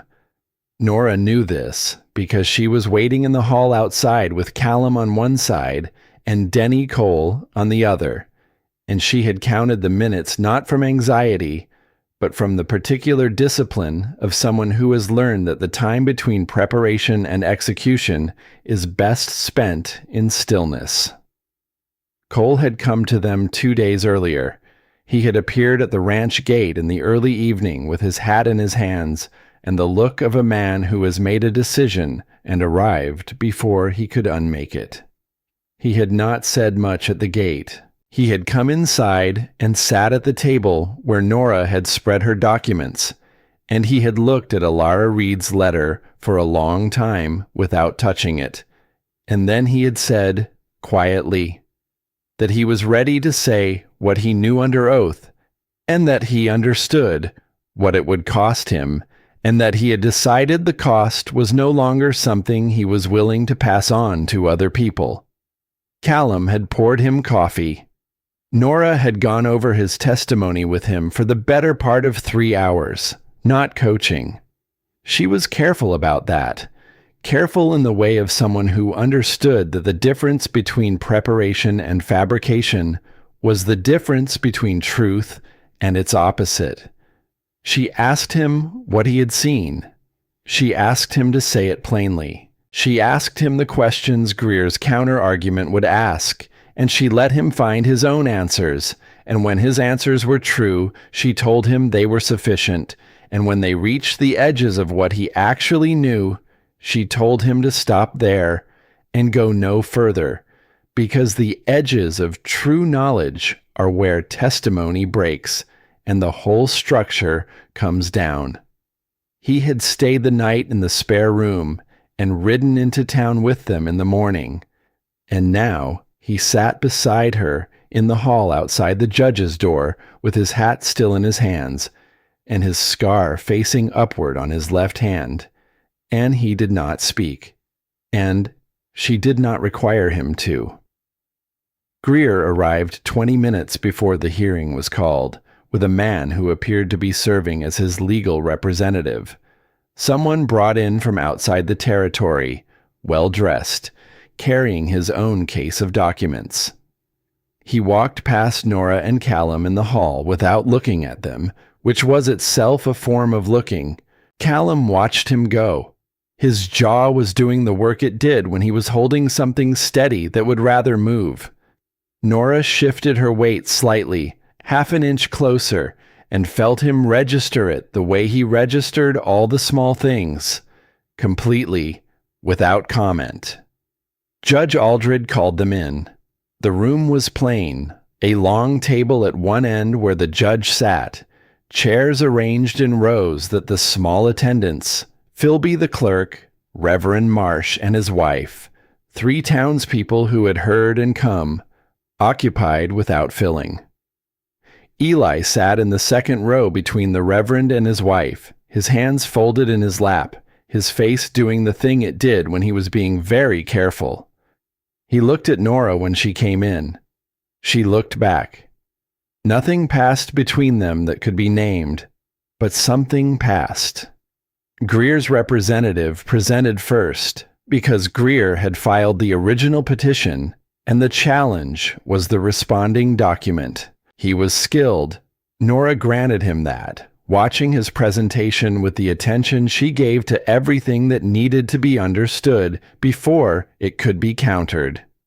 He built the case for the debt's validity on the foundation of the filing records, the official stamp, the procedural compliance, and he built it in the smooth, assembled way of someone who has constructed similar arguments before and knows where the weight-bearing walls are. When he was done, Judge Aldred looked at Nora. "The challenge was filed by you?" "On behalf of the respondent, yes." "You're not a lawyer?" "No, I'm an accountant." She paused, with a particular familiarity with documents that are not what they appear to be. Aldred looked at her over his spectacles with the expression of a man revising an assumption. "Proceed," he said. She laid it out the way she had laid it out in her mind 100 times over 6 days. Not from the beginning, because the beginning was not where the argument lived. She began with the notary mark because the notary mark was the concrete, physical, examinable fact that everything else grew from. She placed the debt contract and the Aldrich filing side by side, and she walked the judge through the deviation in the mark, the specific rotation in the inner seal that appeared on both fraudulent documents and on neither of the 8 legitimate filings she had identified. She gave him the copies. She gave him time to look. Then she placed Alara's letter on the table. She said what it was before he read it, not to prepare him emotionally, but to give him the factual context that would allow him to read it correctly.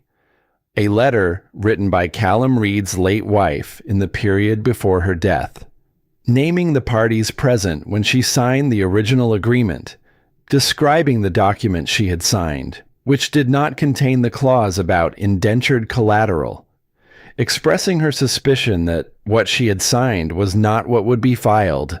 Aldred read it slowly, going back over certain passages, making sure of things. When he finally looked up, his face had not changed expression. It was the face of a man who had learned that expression was a form of decision-making and preferred to make decisions deliberately. "The witness," he said. Denny Cole came forward and sat in the chair across from the judge and held his hat in his lap and told the truth. He told it plainly, without decoration, without the kind of selective emphasis that turns truth into performance. He said what he had seen. He said what he had done. He said what he had not done and why. And the why was not a justification, but an explanation, which is a different thing. And Aldred appeared to understand the difference. Greer's representative cross-examined. He was good at it. He found the places where Cole's account was vulnerable, the gaps between what Cole had witnessed directly and what he had inferred, and he worked at those gaps with professional precision. Cole held his ground where he could, and acknowledged the limits of his knowledge where he couldn't. And in this, he was more credible than he would have been if he had tried to be certain about everything. When it was over, the representative turned to Nora's materials and found the place where he believed the structure was weakest. He addressed the judge directly. "Your Honor, the woman who prepared this challenge, I'd ask the court to consider her credibility as a source. She comes from a situation back east in which her professional conduct was called significantly into question. The same skills she's claiming to employ here were used in that context in ways that cost her employer considerably." The room was quiet. Nora felt it the way she felt the moments that mattered, as a shift in the air, a redistribution of attention. She sat still. Callum stood up. He was not a man who made speeches. She knew this about him by now with the certainty of observation. He said what needed saying and nothing more. And the nothing more was not absence, but a kind of integrity, a refusal to fill space with words that weren't pulling their weight. He stood, and he looked at Judge Aldred, and he spoke. "She came here and found documents I'd had in a box for 2 years, and didn't know how to read," he said. "She found what was in them in 3 days. She found the evidence. She filed the challenge in the correct form through the correct office before the deadline, and every piece of paper she has put in front of you is what she says it is." He paused. "Whatever happened back east, her work here is in those documents. Look at the work." He sat down. Nora did not look at him. She looked at the judge, who was looking at Callum with the expression of a man making a note. Greer's representative started to speak. Aldred held up one hand. He looked at the documents in front of him for a long time. The 2 sets of notary marks, Alara's letter, the filing sequence, the 4-day gap between signing and official record. Nora watched his face and tried to read nothing into it, because reading too much into a judge's face before a ruling was how people made mistakes. She simply sat and breathed and waited. Then Aldred picked up his pen and spoke. "The debt instrument as filed was invalid," he said. "The notary certification did not conform to the legitimate filings of this county's office, a discrepancy the court had independently examined and confirmed.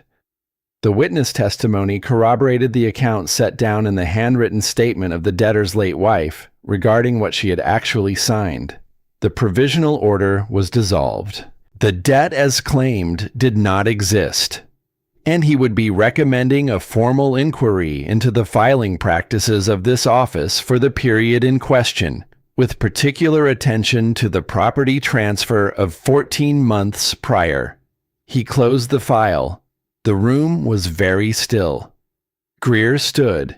His representative put a hand on his arm, which Greer removed with a precision that suggested this was not the last conversation they would have, but that this particular conversation was finished. He walked out without looking at anyone in the room, and his representative followed, and the door closed behind them with the soft sound of something ending. Eli came out of the second row without waiting for permission and crossed the room and stopped in front of his father and looked up at him with the face that had, until this moment, been carefully held at the neutral setting he had learned to maintain when things were uncertain. That setting was gone now.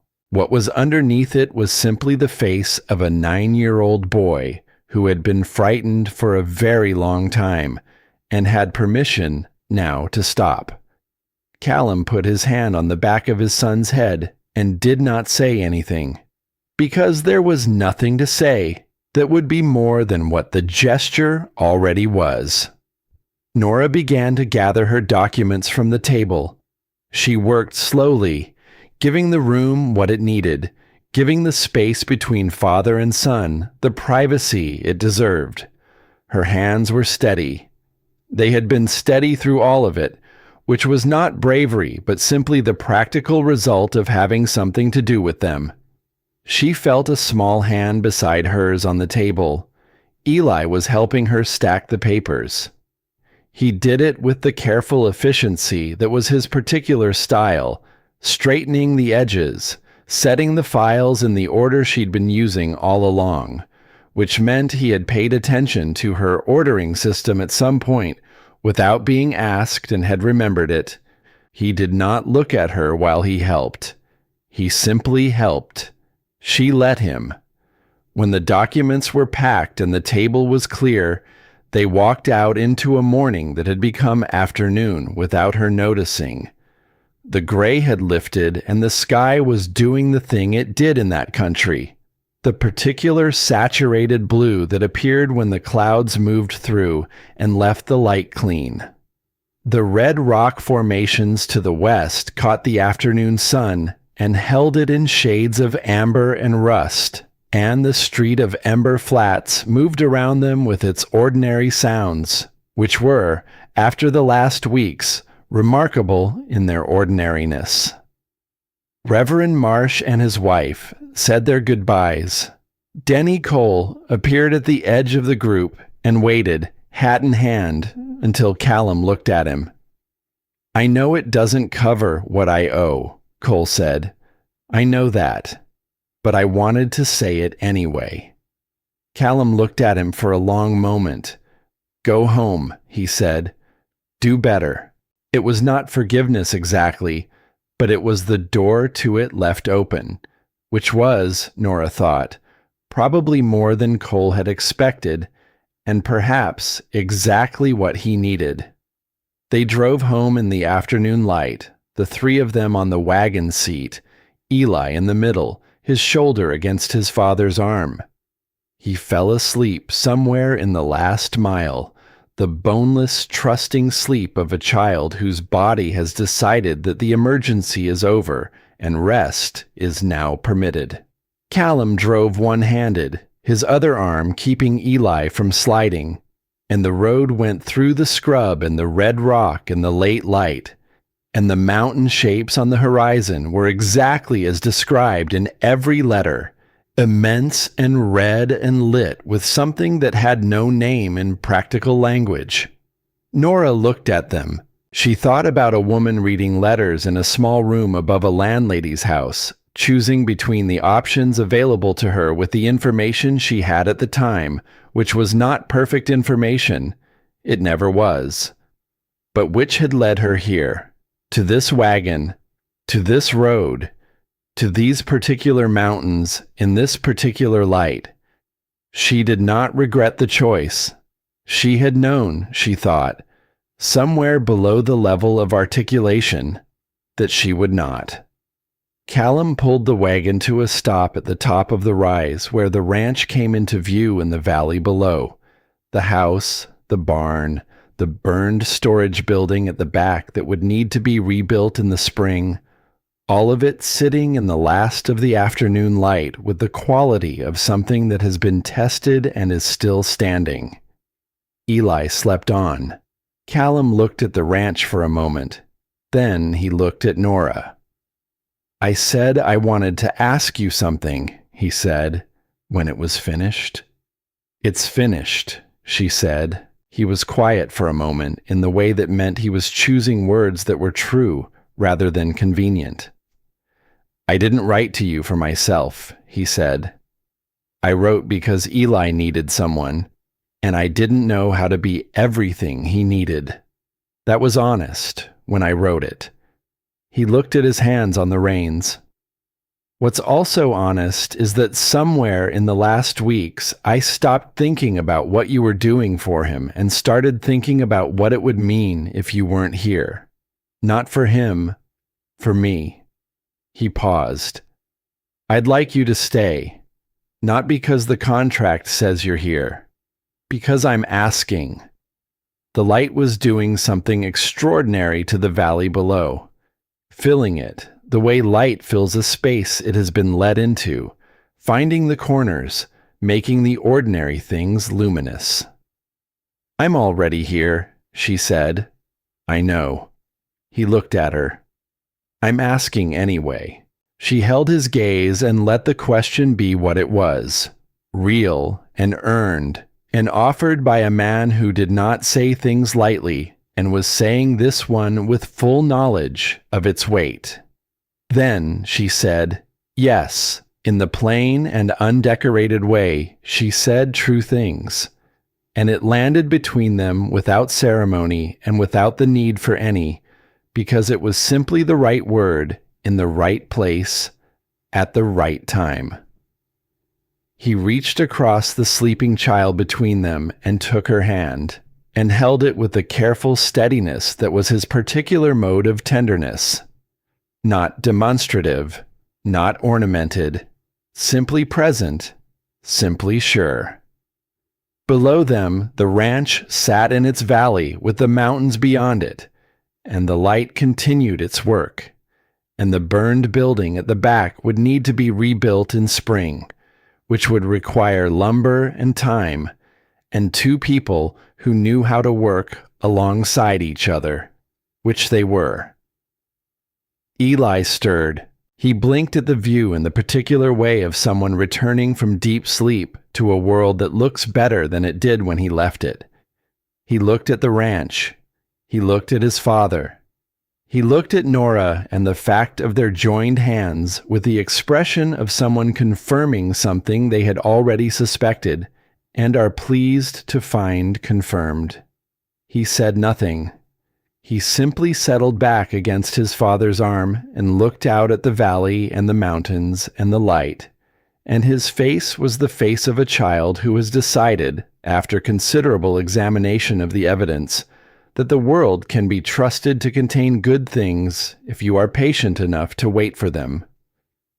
They sat there for a while, the three of them on the wagon at the top of the rise, while the light did what it did and the mountains held their ground, and the ranch below waited, solid and plain and real, for the people who belonged to it to come home. Then Callum picked up the reins, and they went down.